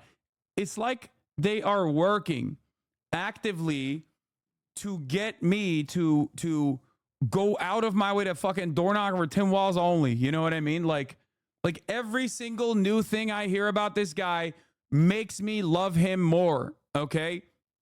I knew that he wanted to take down the Christopher Columbus statues, which is perfectly valid, but I did not know that he was also Italiophobic. Like, if that is the major motivator for you and not like, you know, Christopher Columbus's like horrific actions of violence against indigenous populations, like, I'm still on board. As a matter of fact, I'm even more on board Because the one thing that I like more than someone taking a stance against, like, you know, genocidal, the weirdos in the past and like shitting on them is Italiophobia. Okay. It's like this guy is basically looking at a position and then somehow repackaging it in a way that makes even more sense. I was conflicted because I love colonization and murder, but hate Italians. Yeah, there you go. So yeah. Is this letter real? Bro, is this community real? The Italian-American civil rights? Originated in 1970. Made great again in 2023. Become a member today. Hey, how you doing? Fuck you. Hey, this guy fucking hates Italians, dude. Are you fucking gonna do that? Are you gonna fucking do that? Are you gonna do that to us? Oh, so good. Okay, all right. So that was a brief aside. Let's get back to the main point of contention here. Kamala Harris has hit the campaign trail with Tim Walz as of yesterday. They went to Eau Claire, okay, and then they immediately followed that up with a rally stop in Detroit, Michigan. The rally was so big that they had to move the rally to an airport hangar, okay?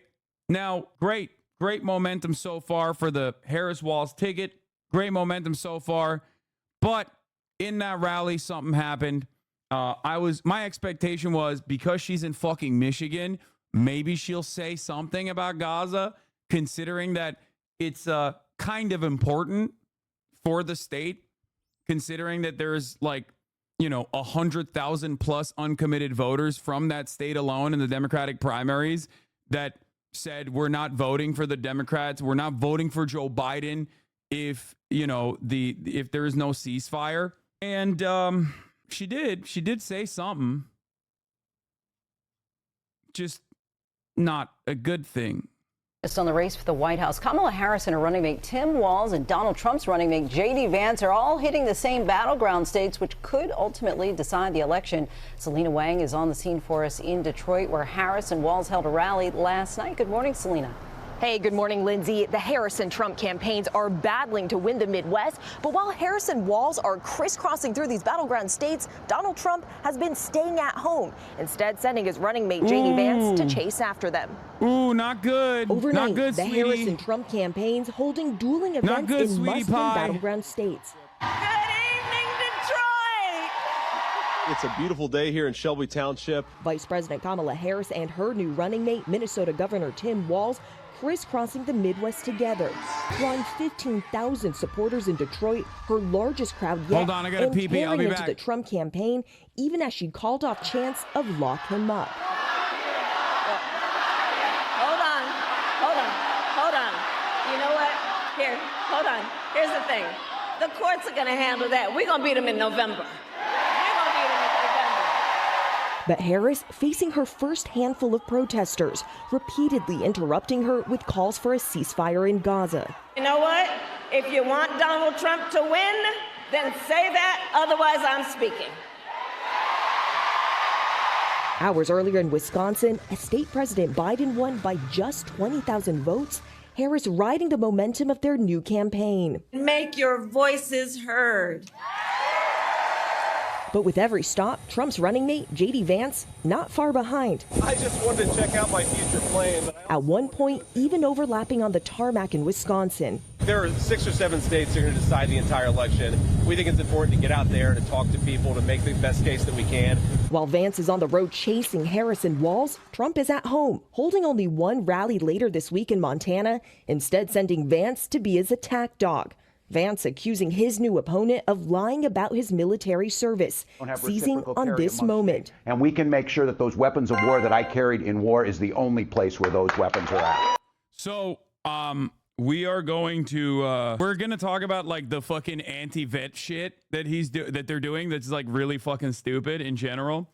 However, before we do that, of course, I've seen progressives try to cope saying that it wasn't that bad of a response to protests. Why are progressives capitulating now? Because they're excited. They want the Dems they want to be excited for something. And the Democrats have given them, like a little bit of leeway on that front. And that's precisely the reason why everyone is like, oh my God, it's happening. So here's the thing. Okay, let's watch the full clip because I don't want to just like do a brief blip. I want the full clip to live out there. Okay, we watched it live. I hated it. Even before this clip, though, I wanted the Democrats, I wanted Kamala Harris to say something about Gaza in Michigan, especially in Michigan. You got to do it. I know Kamala is speaking again in a few hours. Okay, calm down. I know it's on the docket. Okay, so here's the thing. There's two different ways. There's a couple different things I want to say, but there's like two different ways to analyze this. Obviously, as always, from a morality standpoint, it is unconscionable that America is a willing participant in an active genocide that would not happen if America made one fucking phone call, right? If the White House made one phone call, it's over. It's done. It's a ripperoni situation. Okay? That's number one. But even from an election standpoint, it is completely and utterly ridiculous. Okay? It is completely and utterly ridiculous from an electoral standpoint to like think that this issue is going to be cast aside, to think that this issue is going to be to think that this issue is something that you just don't have to actually talk about at all, and that people will forget about it, because they won't forget about it. They will disrupt your protests, and they should, by the way. They should do that. They should, to keep this issue top of mind. People should actively protest at these rallies. I think it's a good thing. It's not a bad thing at all. Okay? So here's the thing. Do we have the full clip? Can someone send me the full clip of the disrupt the rally, not the protest? What do you mean? I'm going to give you guys all the answers that you're asking for in a second. I just need to, I want to watch the full clip, and I don't think anybody is sending me the fucking full clip. What's happening? Oh, you said they should disrupt your protest? Sorry, I meant disrupt the rallies, disrupt like campaign stops. It's perfectly valid. It's here it is. So protesters came in and said, Kamala, you can't hide. We won't vote for genocide. Okay? These are protesters possibly from the uncommitted campaign. These are anti-genocide protesters. Anti-genocide is a good value to have. It is a value that everyone should have. Okay? It's something that every single person should believe. It's something that every single person lies and claims they do believe once the genocide is over. You know what I mean? Like, everyone lies about where they were and what they would have done in times of need when push comes to shove, when the genocide is ended, right? Everybody loves talking about how they were on the right side of history, even if we know that they're not on the right side of history in moments like this. So beyond that, it also happens to be aligned with the Democratic Party's own statements, the Democratic Party's own actions. The White House claims that they are pro-ceasefire, pro-permanent end to hostilities. They've claimed this for 3 months now. What are we doing? Okay? What the fuck?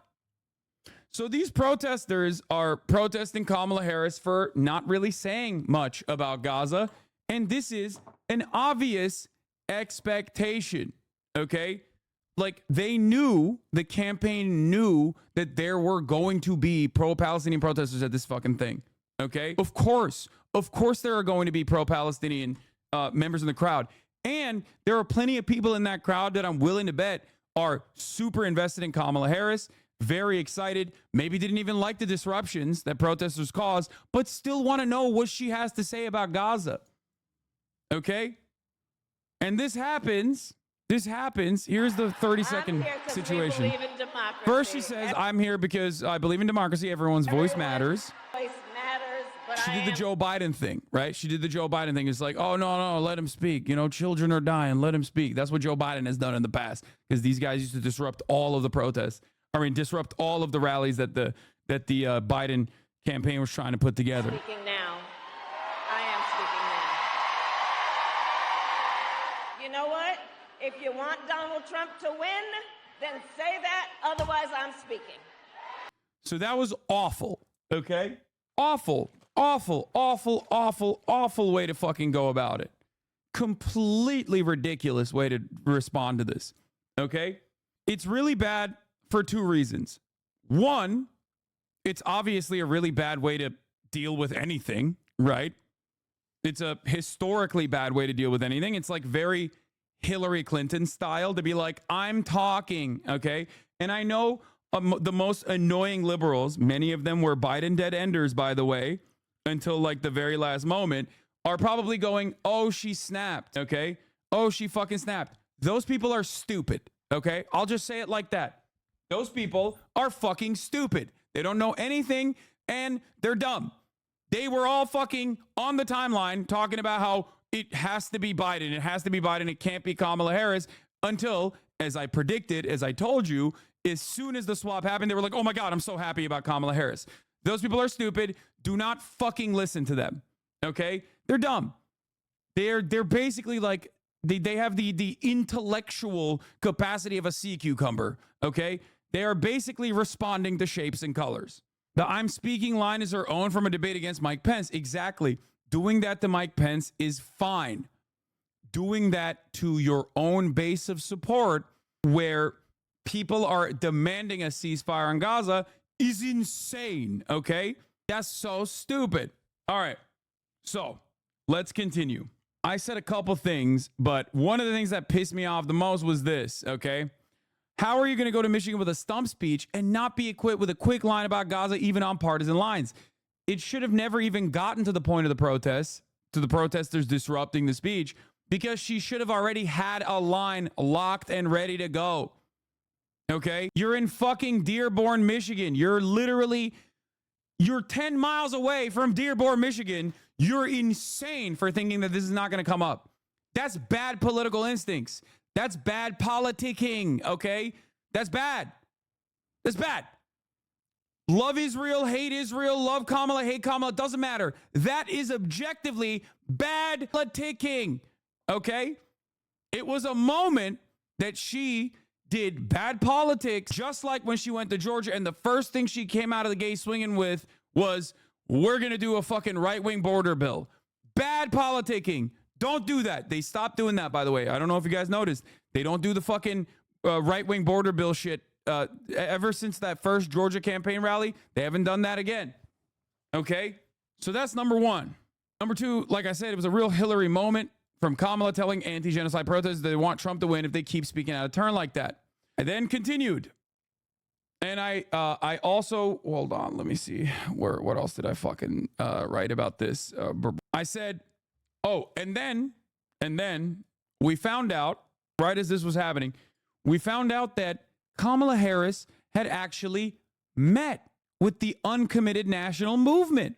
Now, the Uncommitted National Movement, for those of you who don't know, is responsible for what I would say is one of the most successful pressure campaigns launched in an election in American history. Okay, in at least modern history. It is a very good anti-war protest movement. So, New York Times came out with this. Before her rally in Detroit, Vice President Kamala Harris spoke briefly with the co-founders of the Uncommitted National Movement, which mobilized tens of thousands of voters in Michigan to withhold their votes from President Biden in the primary earlier this year over his support for Israel's war in Gaza. Abbas Aliway and Layla El Abed said they were in the welcoming line for Harris and Governor Walz and communicated to Harris that they wanted to support her, but that voters wanted her to consider an arms embargo to immediately stop the carnage in the besieged enclave. Harris listened to the stories of people in Michigan who have had dozens of family members killed in Gaza. The leaders asked to meet with her about the embargo request, and she indicated she was open to it. Okay? And introduced the two leaders to her staff. Now, for me, a lot of people looked to that and they went, oh, well, see, she's much more understanding than Joe Biden. And it's true, she is. But to me, that makes it so much fucking worse. Okay?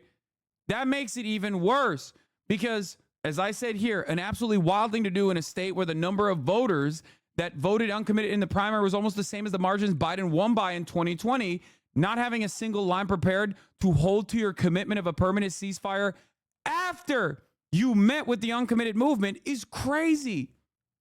Okay? And she didn't actually meet with them. She said she pushed it down the line, and she said she would meet with them down the line. She just, did the photo op, heard a couple of the stories. Still fine. Okay? You're the only person I have seen with this take, rather unique. It just doesn't make any sense to me that They did not expect this to come up. It scares me a little bit that they do not think that people will talk about this, that they do not think that people will not bring this up. Protests will get even worse when school comes back around in the fall, which is, what the fuck? What the fuck was that? Which subsequently happens to be during the election. Smack dab in the middle of the fucking election. That's number one. Number one, this is only going to continue to snowball, especially with the protests of the DNC. There's going to be pro-Palestinian, anti-war, anti-genocide protests in Chicago during the DNC. And if the Harris campaign has no clear, coherent narrative on this matter that specifically with real terms explains what she wants to do, it's cooked. It's completely fucking cooked. And then, as this snowballs, the media will start talking about Harris's lack of interest in dealing with this. And then the Democratic Party, I fear, will do the same exact thing that they always do and start complaining about the leftist spoilers. This is a perfect ticket to lose, okay? And not just Michigan, other states too. If you turn around and constantly fucking left bash, you will lose this election, okay? Right now, you have potentially Obama constituencies that you can activate, you can tap into. That means you have to stand on business. That means you have to be very clear about your progressive message, okay? That's it. Doing this is actually legitimately poison, okay? You might get your hug box on Twitter with people going like this and saying, yes, Sweaty, you're such a queen. But that doesn't change the reality that people will see it. People will see it in other states.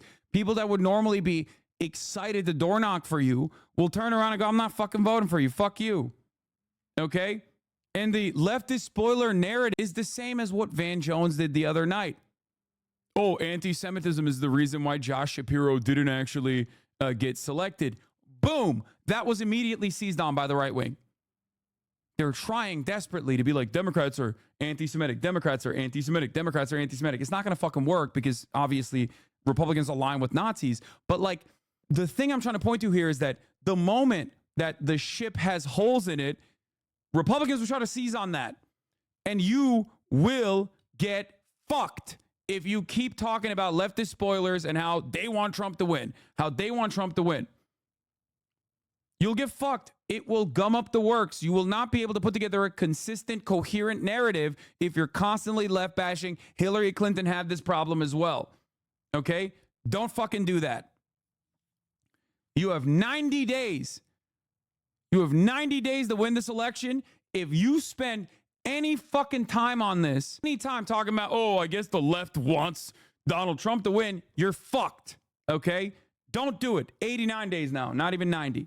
Especially, and I mean especially, this is very important, overwhelming majorities of Americans want a ceasefire. You stand to lose nothing, you only gain.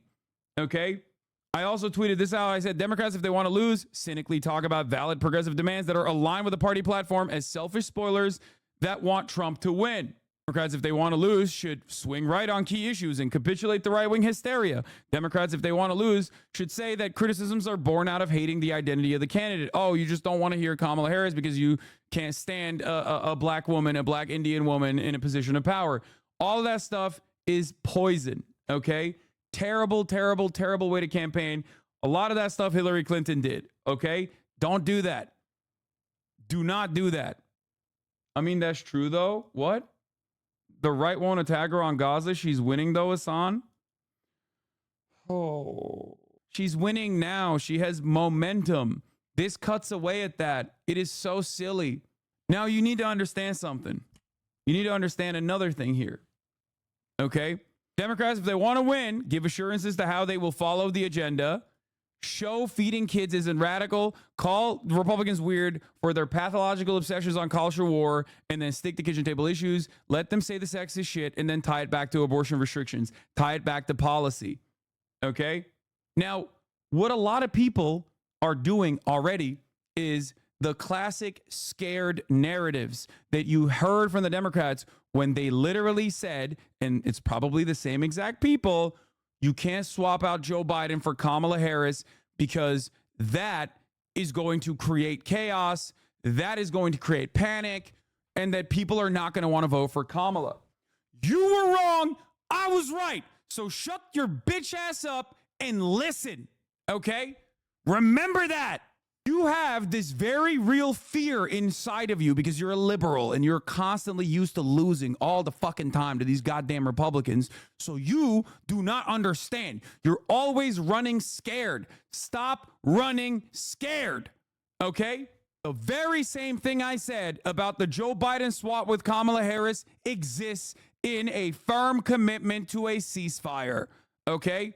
Denying weapons transfers to Israel with a firm commitment to a ceasefire literally is a popular policy.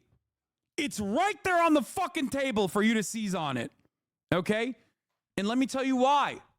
Let me tell you why. For a couple different reasons. One, is it not odd to you that Donald Trump and the Republican Party routinely try to act like they are now the anti-war party? Nobody believes it. We all know that's bullshit. But isn't it weird that Donald Trump keeps saying, no new wars happened under my administration? Look at Joe Biden. He did Russia. He did Ukraine and Russia. He did fucking Israel, Palestine. That would never happen with me. He's lying, but it doesn't matter.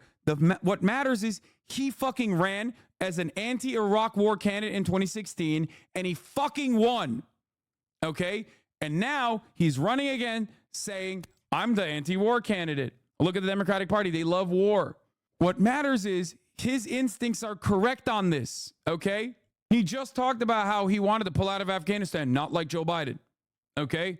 Americans overall, by and large, don't care about foreign policy all that much. Foreign policy has the capacity to become the most significant part of the election. And at that moment, oh, God forbid, I mean, if that happens, you're fucked regardless, okay? And it can happen for this election. You never know what Benjamin Netanyahu, who is pro-Trump, might do at the fucking last second. You don't want that October surprise to be Benjamin Netanyahu doing something that makes 4,000 Marines in the 4,000 U.S. Marines to put their lives on the line for the nation state of Israel, okay? You don't want the Democratic Party to be the party that is responsible for that. If you don't want the Democratic Party to be the party responsible for that, because that will make Americans go, oh, fuck no. Majority of Americans do not want American troops to put their lives on the line to defend Israel. The majority of Americans. There's polling on this. That's number one. Okay? Number two. The majority of Americans, including the majority of the Republicans, want a ceasefire. Okay? That's insane. The overwhelming majority of Americans, including independents and the Democratic Party, want a ceasefire. Majority of Americans also believe that Israel is committing a genocide. Now, while Americans don't give a shit about foreign policy overall, and you can usually brush that aside and let business as usual take place, you have to understand something. You do not lose a single vote, just like with the Joe Biden swap to Kamala Harris. You do not lose a single vote if you come out 10 toes down, stating you want assurances, you want a permanent ceasefire. It's been on the fucking table for the past 3 months. No more weapons transfers. You say that, you don't lose a single vote. You say that, you gain votes. Okay? Oh, you're privileged? I care about Gaza, and that's why I do not want Trump to win? What? Oh, you're privileged, damn. Man, shut your bitch ass up. Oh, you're privileged. You're privileged. Like, shut the fuck up. Thank God. Don't ever do that. Don't ever do that. Thank God the Democratic Party hasn't really done that so far. But if they fucking do that, they will lose. This election so far has dramatically changed, okay? The calculation is dramatically fucking changed. It was going to be a loser, okay? Biden was going to fucking lose. And now Kamala Harris is most likely going to win unless she fucks it up and starts doing that dumb shit. Oh, you're just privileged, and that's why you care about the literally least privileged people on the fucking planet. The whole point is, as an American voter, I have a voice. As an American taxpayer, I have a voice. I'm supposed to have a voice. It's a fucking democracy. What do you mean I'm privileged? Yeah, I am privileged to be an American, and as a goddamn American citizen, we are using our privilege to stop this fucking genocide. Chatter said this, yeah, literally. For the first time in recent years, the majority of Americans oppose sending U.S. troops to defend Israel if it comes under attack by its neighbors, according to a nationwide poll released Tuesday. Now, the reason why I say this is a fucking winning issue and not a losing one, I basically responded to a chatter last night, and I'm going to fucking run that. I'm going to run that again. I want you guys to fully understand this, okay? Remember, the majority of Americans think Israel is committing a genocide. Overwhelming majorities want a permanent ceasefire, and it could be done with a 10-minute phone call from the White House that says no more weapons transfers, okay? No more weapons transfers. It's done tomorrow, okay? Now, the reason why I'm hammering this fucking point, is because you stand to lose nothing, and you stand to only benefit. You stand to lose nothing, and you stand to only benefit. Why? Here's why. Like, there is no continue Israel's genocide or I don't vote for you constituency in the Democratic Party. That is not a real thing. Okay? There is not a single human being in the United States of America, not a single one, that thought that swapping out Biden would be a bad thing, especially if you swapped it with Kamala Harris. What did I tell you? Every single person that was riding with Biden till the last moment were party loyalists anyway. They were going to be excited. They were going to be elated. They were going to be ecstatic about the decision. Okay? The moment that swap happened, I was right. They all started going, oh my God, I'm so excited. Thank God for Kamala Harris. And I say this one more time. I'm repeating this position one more time. There is not a single person that is a likely Democratic Party voter that goes, permanent genocide for Israel or else I do not vote for you. Okay? There's not a single person. There are, however, people, many people, especially playing a key constituency role in a state like Michigan, that will vote for you. Okay? So you stand to lose nothing and you stand to only gain. And gain big, as a matter of fact. Here's the video. Here's me responding to a chatter from last night. If you think that like some fucking line worker working at a fucking assembly plant in Alabama is like, hey, we recently got unionized. It's fucking sick. I'm kind of riding with Kamala Harris. But honestly, her position on wanting to end the war in Gaza has made me reconsider everything. That's not a real human, okay? No one in Alabama is voting like that. No one in the Rust Belt is voting like that, okay? There's no permanent genocide or I fucking don't vote for you voters out there. Those guys are already voting for the Republican Party. If you stand to lose nothing and you stand to only benefit. Don't forget that. You stand to lose nothing and you stand to only benefit. Overwhelming majority of American voters want this. Okay?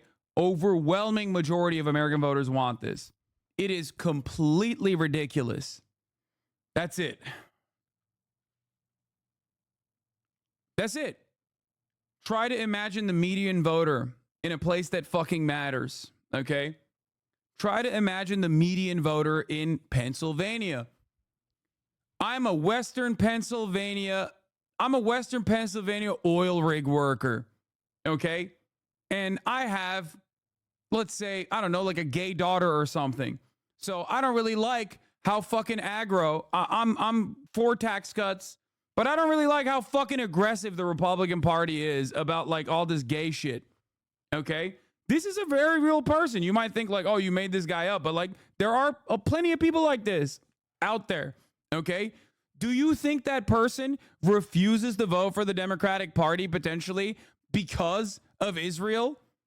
Because that they're like, oh man, I'm really invested in the permanent genocide of Gazan civilians with my tax dollars. Are you fucking delusional? Absolutely not. Okay? Absolutely not. No human being that is potentially going to vote for the Democratic Party or is committed to voting for the Democratic Party is going to turn around and say, I'm no longer voting for the Democratic Party because they're not doing permanent genocide of Gazans. That's not a real person at all. Okay? It's ridiculous. There would be Jews that would not vote for the Dems if they think the Dems are now supporting Israel. Yeah, that is not even remotely significant. I hope you understand that. That's one, not true, depending on how you communicate this message. Okay? And secondly, you're talking about New York and California. Like, what are we talking about? These are massively deep blue states, brother. Florida is already deep red. California and New York is already deep blue. These are not a monolithic voting bloc on this regard. Okay? And even if they were, it still wouldn't matter.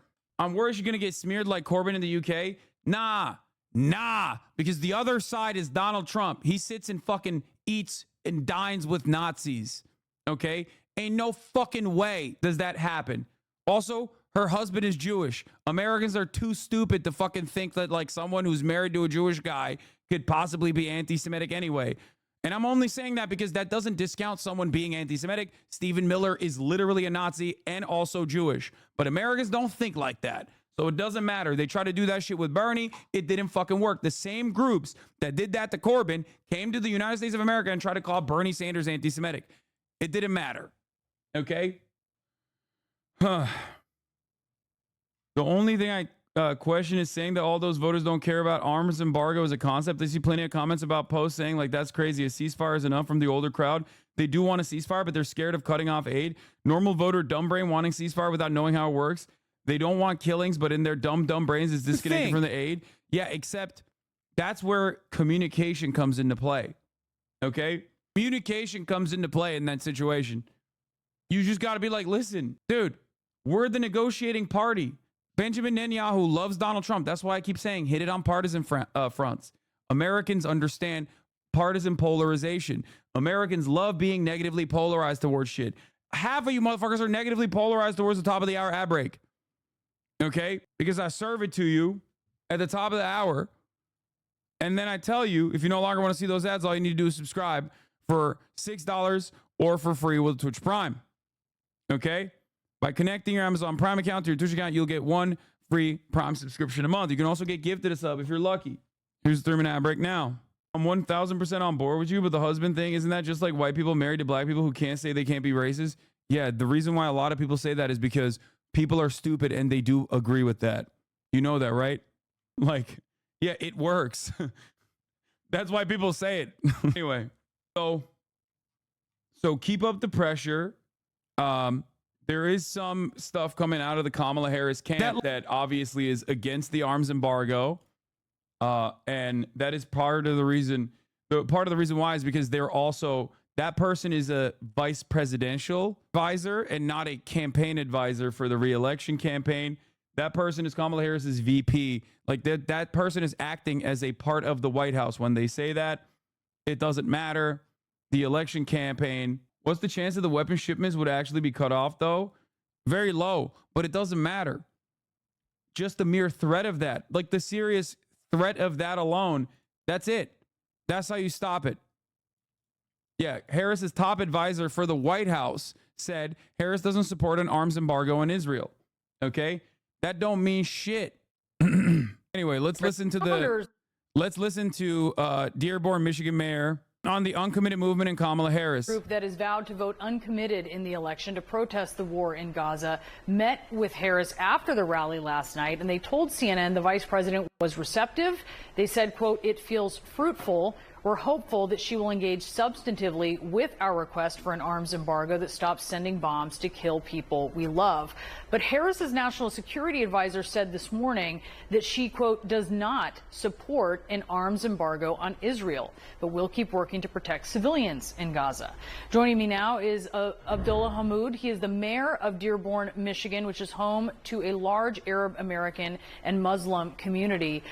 Mayor, thank you so much for being with us. In the primaries, of course, an overwhelming number of Dearborn's voters chose uncommitted. It was 57% that voted uncommitted rather than vote for Joe Biden.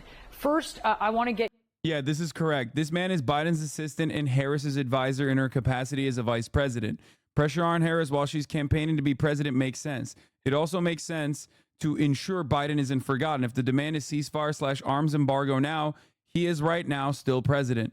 That is precisely the reason why Phil Gordon's take on the matter is inconsequential in terms of like what the Kamala campaign will do.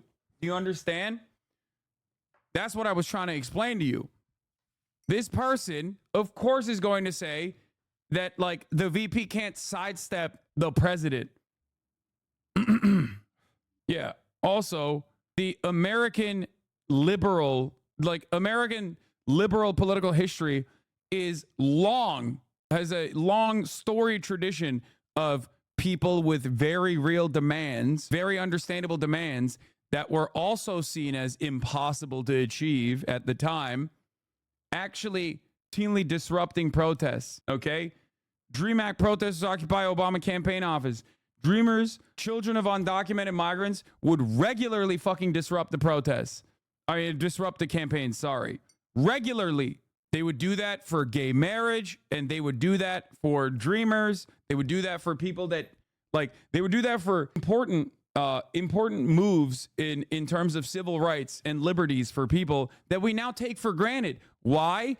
Because at the end of the day, in order for this to at least be a theoretical democracy, you still have to respond to nonstop pressure. So you have to keep exerting pressure. How do I convince my parents that Biden should call for it? Just use the monolith example. It's anti-Semitic to act like this is a group is a monolith, just like it's racist to act like a minority group is a monolith. Let's continue. Get your reaction to the vice president's response to those hecklers last night. Yeah, I would have advised the vice president differently. I think what you have is people who are hurting, people who feel dehumanized. And I think in that moment, there could have been an opportunity to recognize the disenfranchisement that many voters, not only in Michigan, but across this country feel as it pertains to the genocide that's unfolding in Gaza. And what I'm hopeful for, though, is the opportunity to have constructive dialogue. We have seen Vice President Harris have some tough rhetoric following her private meeting with Prime Minister Benjamin Netanyahu. And what we would like to see is that tough rhetoric paired with tough policy. How would you describe how she responded? You know, for me, I wasn't on the ground. I think it makes people feel more dehumanized and less seen. But again, I think what's most important here is to center the policy. Don't you think she would lose votes from the whole Christian contingency that has become very pro-Israel? Yeah, if I was a fucking Republican Party advisor, I'd be like, hey, sir, you're running for the Republican presidential, like you're the Republican presidential candidate. So you're really going to lose out on your evangelical base of support. Except we're talking about the Democratic Party. What are you talking about? White evangelical Protestants that care about Israel from a religious framework are the most nutty motherfuckers you've ever seen. They sit inside of massive stadiums in fucking parts of the country, deep red parts of the country, and they don't give a fuck about the Democratic Party. They think Democrats are like pedophile monsters anyway. The fuck are you talking about? Those people are already straight mainlining Republican propaganda, and they're never voting for the Democratic Party. Only takes you so far, as we've seen with President Biden. And what we really want to see is what is the policy conversation that we can have? How can we put a new course on what's unfolding in Gaza? Because that is what is centered for so many Americans across this country. They want to find a pathway to end the killing of innocent men, women, and children. And that is the value and principle that we're leading with. The leaders of the uncommitted national movement who met with Harris last night, they want her to support an arms embargo on Israel. They said that she was open to what she was asking, but then pretty quickly her national security advisor firmly rebutted that she would. Like y'all are forgetting a key aspect of this, and I think it's because the media rarely ever talks about the key aspect here, which is that actually bringing about a ceasefire would literally be so insanely popular. Okay? Like, what are we talking about, dude? This is something that the overwhelming majority of Americans want. I feel like I'm losing my mind. It's like 75% of Americans wanted Roe v. Wade to remain, And the Republicans decided to ether that, and they've been eating dick as a consequence of that decision since they did it, since the Supreme Court did it. And y'all somehow forget that, like, popular decisions lead to popularity for the candidates, and unpopular decisions lead to unpopularity for the party and the candidates. Why are we just discounting that? Holy shit. It's true. While Bibi would never let that happen. Exactly. Which is why you have to fucking bring out the stick. The carrot never worked. Here, 61% of likely voters, including a majority of Democrats, 76%, independents, 57%, and a plurality of Republicans, 49%, support the U.S. calling for a permanent ceasefire and de-escalation of violence in Gaza. This is from December 5th, by the way. After hearing arguments from both sides, voters support a permanent ceasefire in Gaza. People legitimately think that AIPAC can make the ceasefire unpopular. It's unreal. They can't. AIPAC can dump $20 million into congressional races and primaries, especially, remember, these are primaries. They can dump $20 million into a fucking primary. They cannot swing the outcome of a national debate, a national general election. They cannot do that. They don't have that kind of smoke. This is also when the president is coming out against it. Dems will go nearly 100% if Biden comes out in support of it. Yes. I feel like I'm losing my goddamn mind, but like, it's pretty obvious that Americans just don't like war, okay? On the aesthetic front, they just don't like war. They don't like it. That's why even Donald Trump keeps claiming that he is the anti-war candidate. Okay? Please. This is from May 8th. 7 in 10 U.S. likely voters support a permanent ceasefire and de-escalation of violence in Gaza. 7 in 10. Majorities of Democrats at 83% by May. Independents at 65%. Republicans at 56%. This is in May. Majority in the U.S. now disapprove of Israeli action in Gaza. Approval has dropped from 50% to 36% since November. This is back in March. This is another poll. What are we doing? This is not some like soft pedal, pinko commie, peace-loving hippie bullshit that I'm talking about. Okay? You ask the average American, I promise you, they are on. You ask the average American, they're on board. Like, what are we doing? It's like Rabbi Shmuley and like 8 other fucking freaks are still going, no, this is my one thing. This is the most important thing for me. This is like all I care about. Versus what? Every other fucking voter on the planet? Like, what are we doing? What are we doing? This is not a controversial position. This has higher approval ratings than America's dealing with Ukraine and Russia, dude. It doesn't make any fucking sense. You're wrong. Bro, the data is in front of you. What do you mean? I think you're wrong on your assessment about this. How? She needs to go down in the polls, Assange. She needs to feel the need to get back the pro-Palestinian vote. No, dude. No. If she goes down in the fucking polls, then they're going to panic and try to tack to the center. And then they're going to go down in the polls even more. None of that shit matters. Keep up the fucking pressure. If they start eating away at the momentum, which things like this will inevitably eat away at the momentum of the campaign, they're fucking cooked, bro. They're cooked. They'll land on the worst instincts that Democrats historically and notoriously land on, okay? Chatters act like supporting Israel to this level is the default position. Yeah, if there wasn't an election happening, it is the default position, okay? But I guess, weirdly enough, lucky for us, there is an election happening. So no, this is the one time where the public can be like, hey, I know that's your default position, but that's not our default position. Disapproval, according to July 10th, disapproval of Israeli action in Gaza eases slightly in the U.S. Americans continue to view Netanyahu more negatively than positively.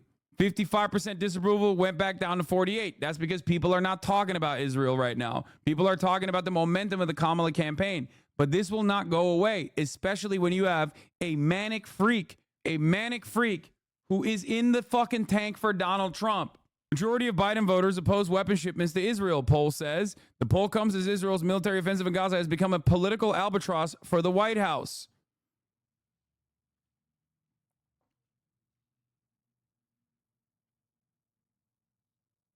Glad that we as a public have decided war is bad. Sad that their politicians seem to not get that. So what kind of statement could Kamala make, promising a ceasefire or This is like 50%. You just said overwhelming majority, like, huh? No, I said overwhelming majority want a ceasefire. Okay? That is true. What the fuck are you talking about? 7 in 10 likely voters, including 83% of Democrats, want a ceasefire. That's like pretty much every Democrat, okay?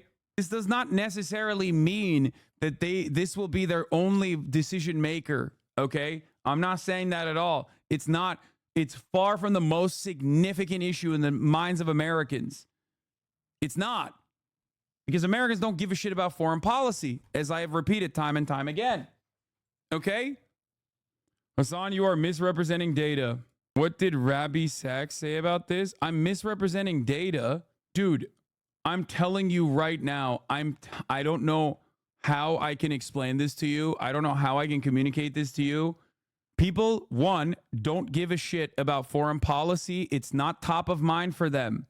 But you're delusional if you think that people will turn around and go, oh my God, you want to cut off weapons transfers until they fucking do the deal that we set up 3 fucking months ago? Well, that's it. I'm not voting. America's responsible for 69% of Israel's weapons. 69. It ends tomorrow. Polls suggest there is less downside on Gaza than one might expect. A Democrat who is soft on Israel, as Biden is seen as having been, loses support on the left, but a candidate who takes a more critical line wins those voters back without losing votes among moderates. Exactly. I don't know why people don't see this. I'm not saying this is top of mind. This is the most important priority for Americans. But if you fucking sit here and act like this is not a goddamn slam dunk because you lose nothing and you stand to gain, I don't know what else to tell you. It's right there. It is literally Southern states support the genocide, Hassan. I am going to literally put myself in a Mark 84 rocket and slam myself into the pavement. What are you talking about? They are red states from an electoral perspective. What fucking Southern state is voting? Hey, dumbass! You think the Democrats are gonna win Texas?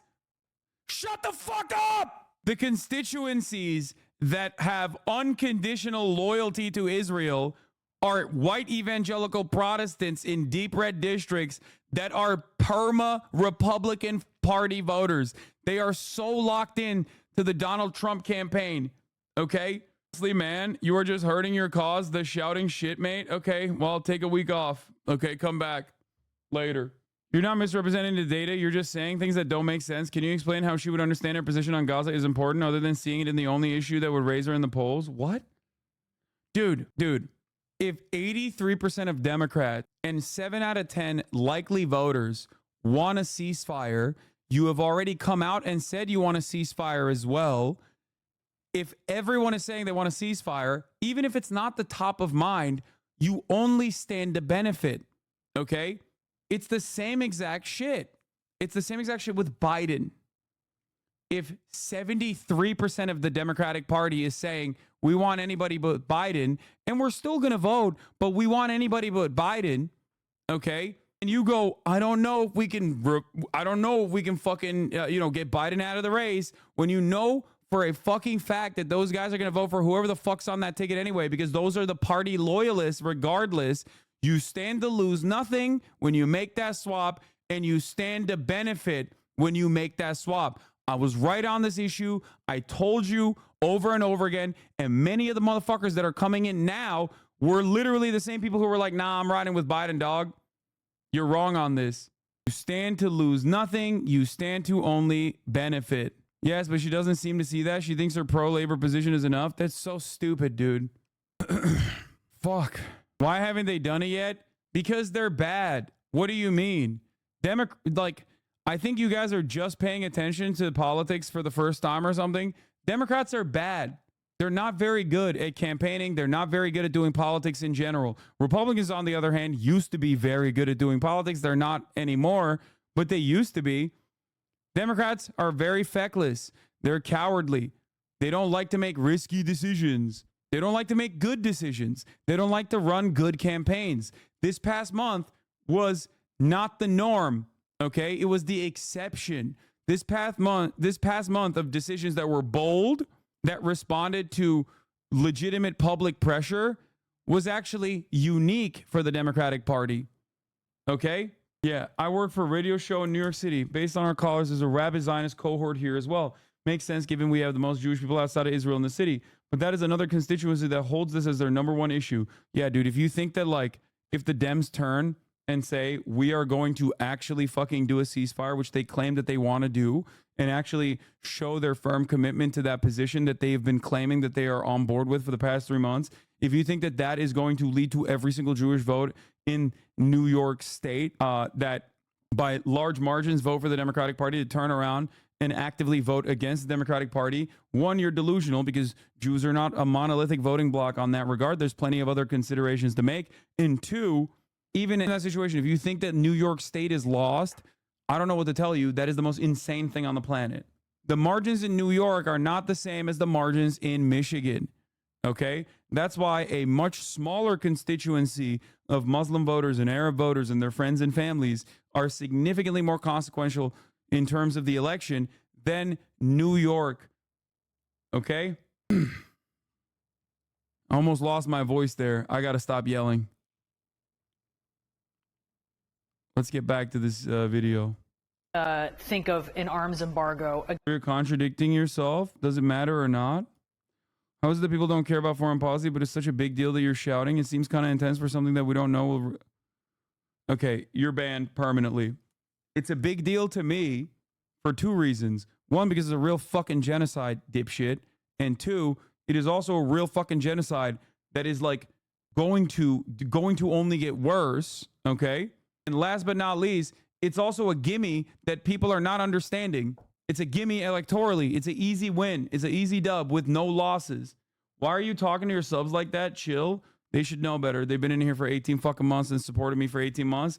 If they're going to come in here in a condescending manner and not understand the point that I'm making and go, you just contradicted yourself, then yeah, you're going to get fucking banned. You should love that I give the same amount of coverage and the same amount of space to people who are not subscribed. Okay? What are we doing? Against Israel this morning.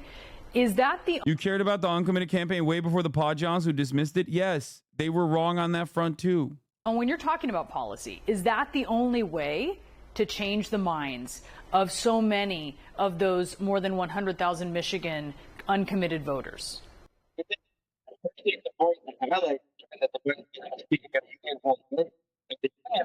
Including the fuck? All support an embargo against Israel at this moment in time. That is the only means we believe to actually bring Benjamin Netanyahu to the table and his cabinet of war criminals to actually achieve a permanent ceasefire.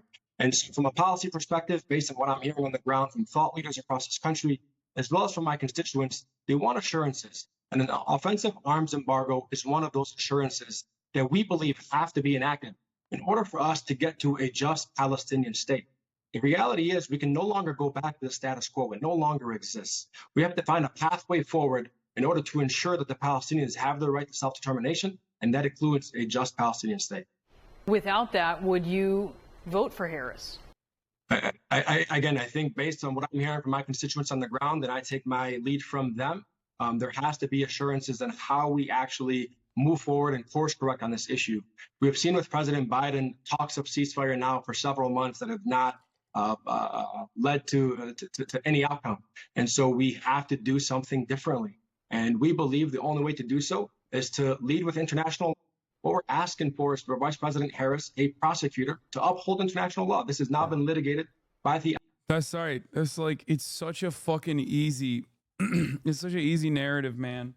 Like, that's what's so frustrating about this is like, things are so fucking delusional and so self-interested and just like can't even understand what's going on and like don't give a shit.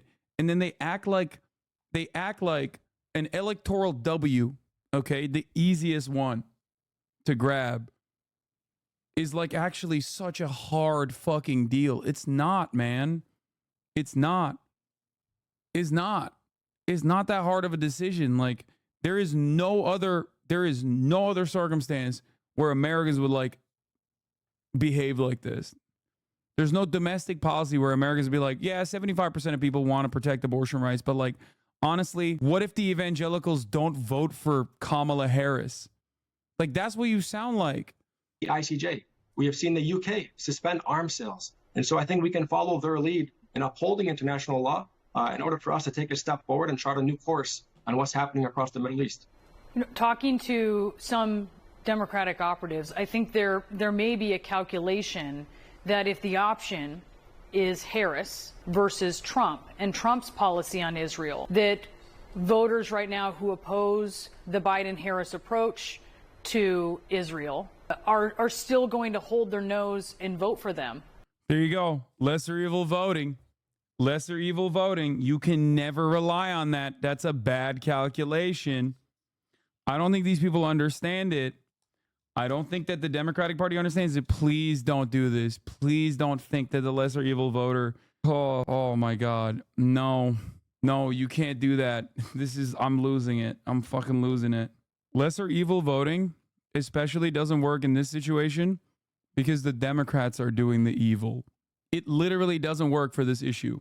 Lesser evil voting on this issue does not work because everybody sees the Democrats as single-handedly responsible for it. Okay? It's a very bad political strategy. Lesser evil voting is one of the biggest electoral poisons that has rotted the Democratic Party's political instincts and is so unimaginably toxic. I hate it. It is a massive failure, but it was such a success for Hillary. Exactly. Such a big success. Again, contradicting yourself, foreign policy doesn't matter to Americans. Lesser evil voting isn't just foreign policy, jackass. Democrats do this for everything. It shows that they're literally fucking relying on a complete fucking a completely toxic way of campaigning. Do you think people are really going to vote for the convicted felon who grabs women by the pussy? DNC op who lost the convicted felon who grabs women by the pussy. Yeah. Lesser evil voting is not real, okay? People vote for things, okay? Sure, a lot of people, bro, you literally have not contradicted yourself once. I don't know why people are being so whiny and condescending, because there is a smugness and an entitlement and an arrogance to liberals that is genuinely pathological and fucking gross to anyone that's not firmly committed to the Democratic Party. And they just cannot stop smelling their own fucking farts. They have to be so condescending. They have to come in here and always be like, you've contradicted yourself. I got you. It's like they are just as cultish as the average MAGA loyalist, but they don't fucking recognize. They're just as cultish as the average MAGA loyalist, but because they have like better education than the average MAGA loyalist, they think that they're coming at this from an intellectual perspective. Okay? It is so genuinely off-putting. What do you say to that sentiment? I think that may have been the genocide symbol. We're talking about a situation around not even involve people like, and the this audio is awful. Have been women and children, and this is an unprecedented situation that have not been organized. And what people want to do is they want to be inspired. Do these people not understand that people not voting out of moral objections has the same effect as them voting for Trump? Dude, you will never be able to convince someone of this, okay? Please stop. I don't. You're doing it. You're doing it. You're doing it. You're doing it. You're also doing it in the community of a person who literally just said, I'm not voting for Joe Biden, okay? Straight up, I said it. Like, luckily I don't have to anymore, but still, okay? The notion that like, oh, a vote not cast for the Democrats is a vote for Donald Trump is not enough. Okay? Why do you always cite national polls? The Dems are more popular. Obviously, they won 7 of the last 8 popular votes, but that's not relevant because they only won 5 of those elections. No, I know. Okay? You're doing the lesser evil voter strategy. Okay? It doesn't work like that. It is not a given that it is not a given that politicians are entitled to your vote. Okay? They need to earn your vote. Even the dumbest American understands this. Obviously, MSNBC watching college-educated liberals don't comprehend this because they think that they are, they think that they're above it because they're making the calculated decision to do the utilitarian thing, right? But that's not how people vote, man. That's not. If that was the case, Hillary Clinton would be president. This would be the tail end of Hillary Clinton's 2-term presidency. This hopeful message to come out and vote this November. That's what brings people in. If you recall, in 2016, Trump won with less than 11,000 votes. He did not win because people came out and in droves to vote for Donald Trump. He won because 80,000 people in the state of Michigan skipped the top of the top of the ballot, and they refused to vote for any presidential candidate. And that apathy has the likelihood of devastating the entirety of this country. I can assure you that the dumbest Americans don't get it. I grew up around rural Hicks that literally would say, if you don't vote, you don't get to complain. Lamau, they're dumb as fuck. Exactly. No, they don't get it. They don't think about lesser evil voting either. Like, that's not a thing, okay? And Republicans don't do that either. They vote because they're like, ooh, I like guns. I know that the Republicans are committed to making sure I can have a rocket-propelled grenade launcher. I like that. I will vote for them. The national law should be upheld, and we should do everything with. Anyway, this was the worst fucking interview of all time. Here is Layla Elabed and Abbas Aliway, founders of the Uncommitted Movement, discussing their exchange with Vice President Kamala Harris yesterday in Detroit, Michigan. Kamala Harris and Governor Tim Walz in the photo lineup to save lives. I had a moment yesterday to briefly engage with VP Kamala Harris and Governor Tim Walz in the photo lineup when she was visiting Detroit yesterday. And in that brief engagement, I did get really emotional. I introduced myself. I was introduced as one of the co-founders of the Uncommitted National Movement. And the first thing I said to VP Harris was, I'm Palestinian.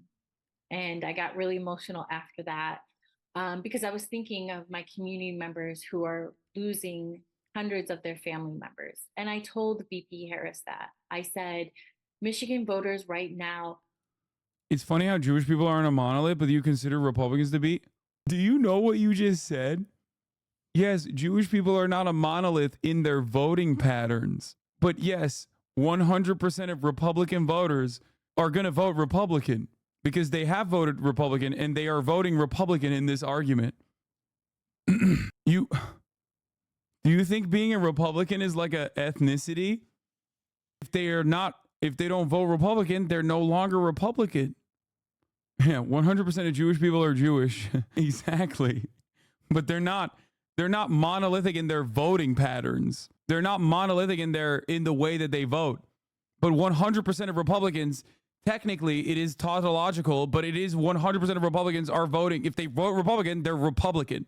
Unless you think being a Republican is somehow like a specific ethnic categorization. Want a way to support you, but we can't do that without a policy change that saves lives in Gaza right now.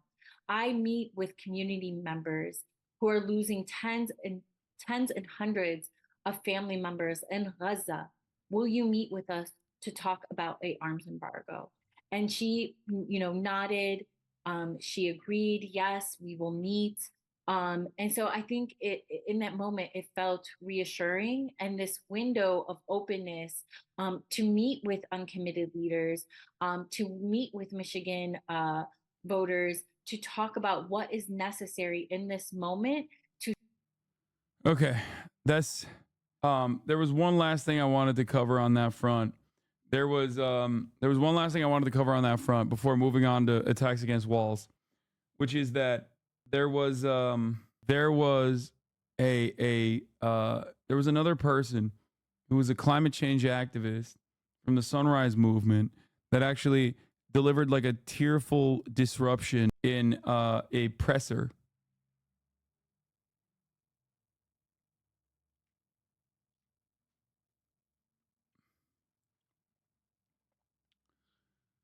And she had a really good take on this. Elise, do you have the tweet? I think she tweeted about it.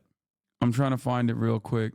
No, not the Tim Walz one, man. No, you're sending me a totally different one. No, she came out and she said it's actually it's actually good that these protesters are trying to have their voices be heard, because it took me fucking months to like randomly get a, yeah, here. When I tearfully interrupted the White House for bold climate action, I was told I'd get a meeting and it happened 6 months later, only after a coincidental interaction at a conference. All of us need to amplify this encounter and push for this meeting to happen. Exactly. Legault brought it back. Sorry, I made a typo in the last tweet. It was bothering me. I appreciate the White House staff that want to take on big oil and help us get an LNG pause and more. My point is that we don't have a moment to spare for weapons embargo. Uncommitted movement deserves a meeting now. Yeah. First major scandal for Tim Walz. Under his leadership in Minnesota, Anthony Edwards has been allowed to develop into a selfish player with losing instincts.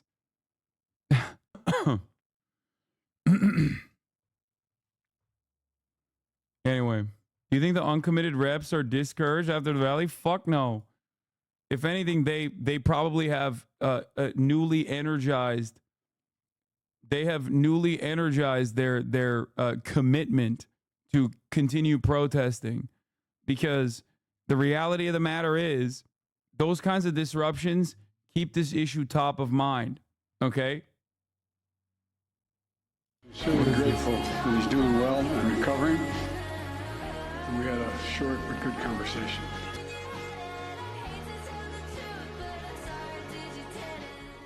I shipped them.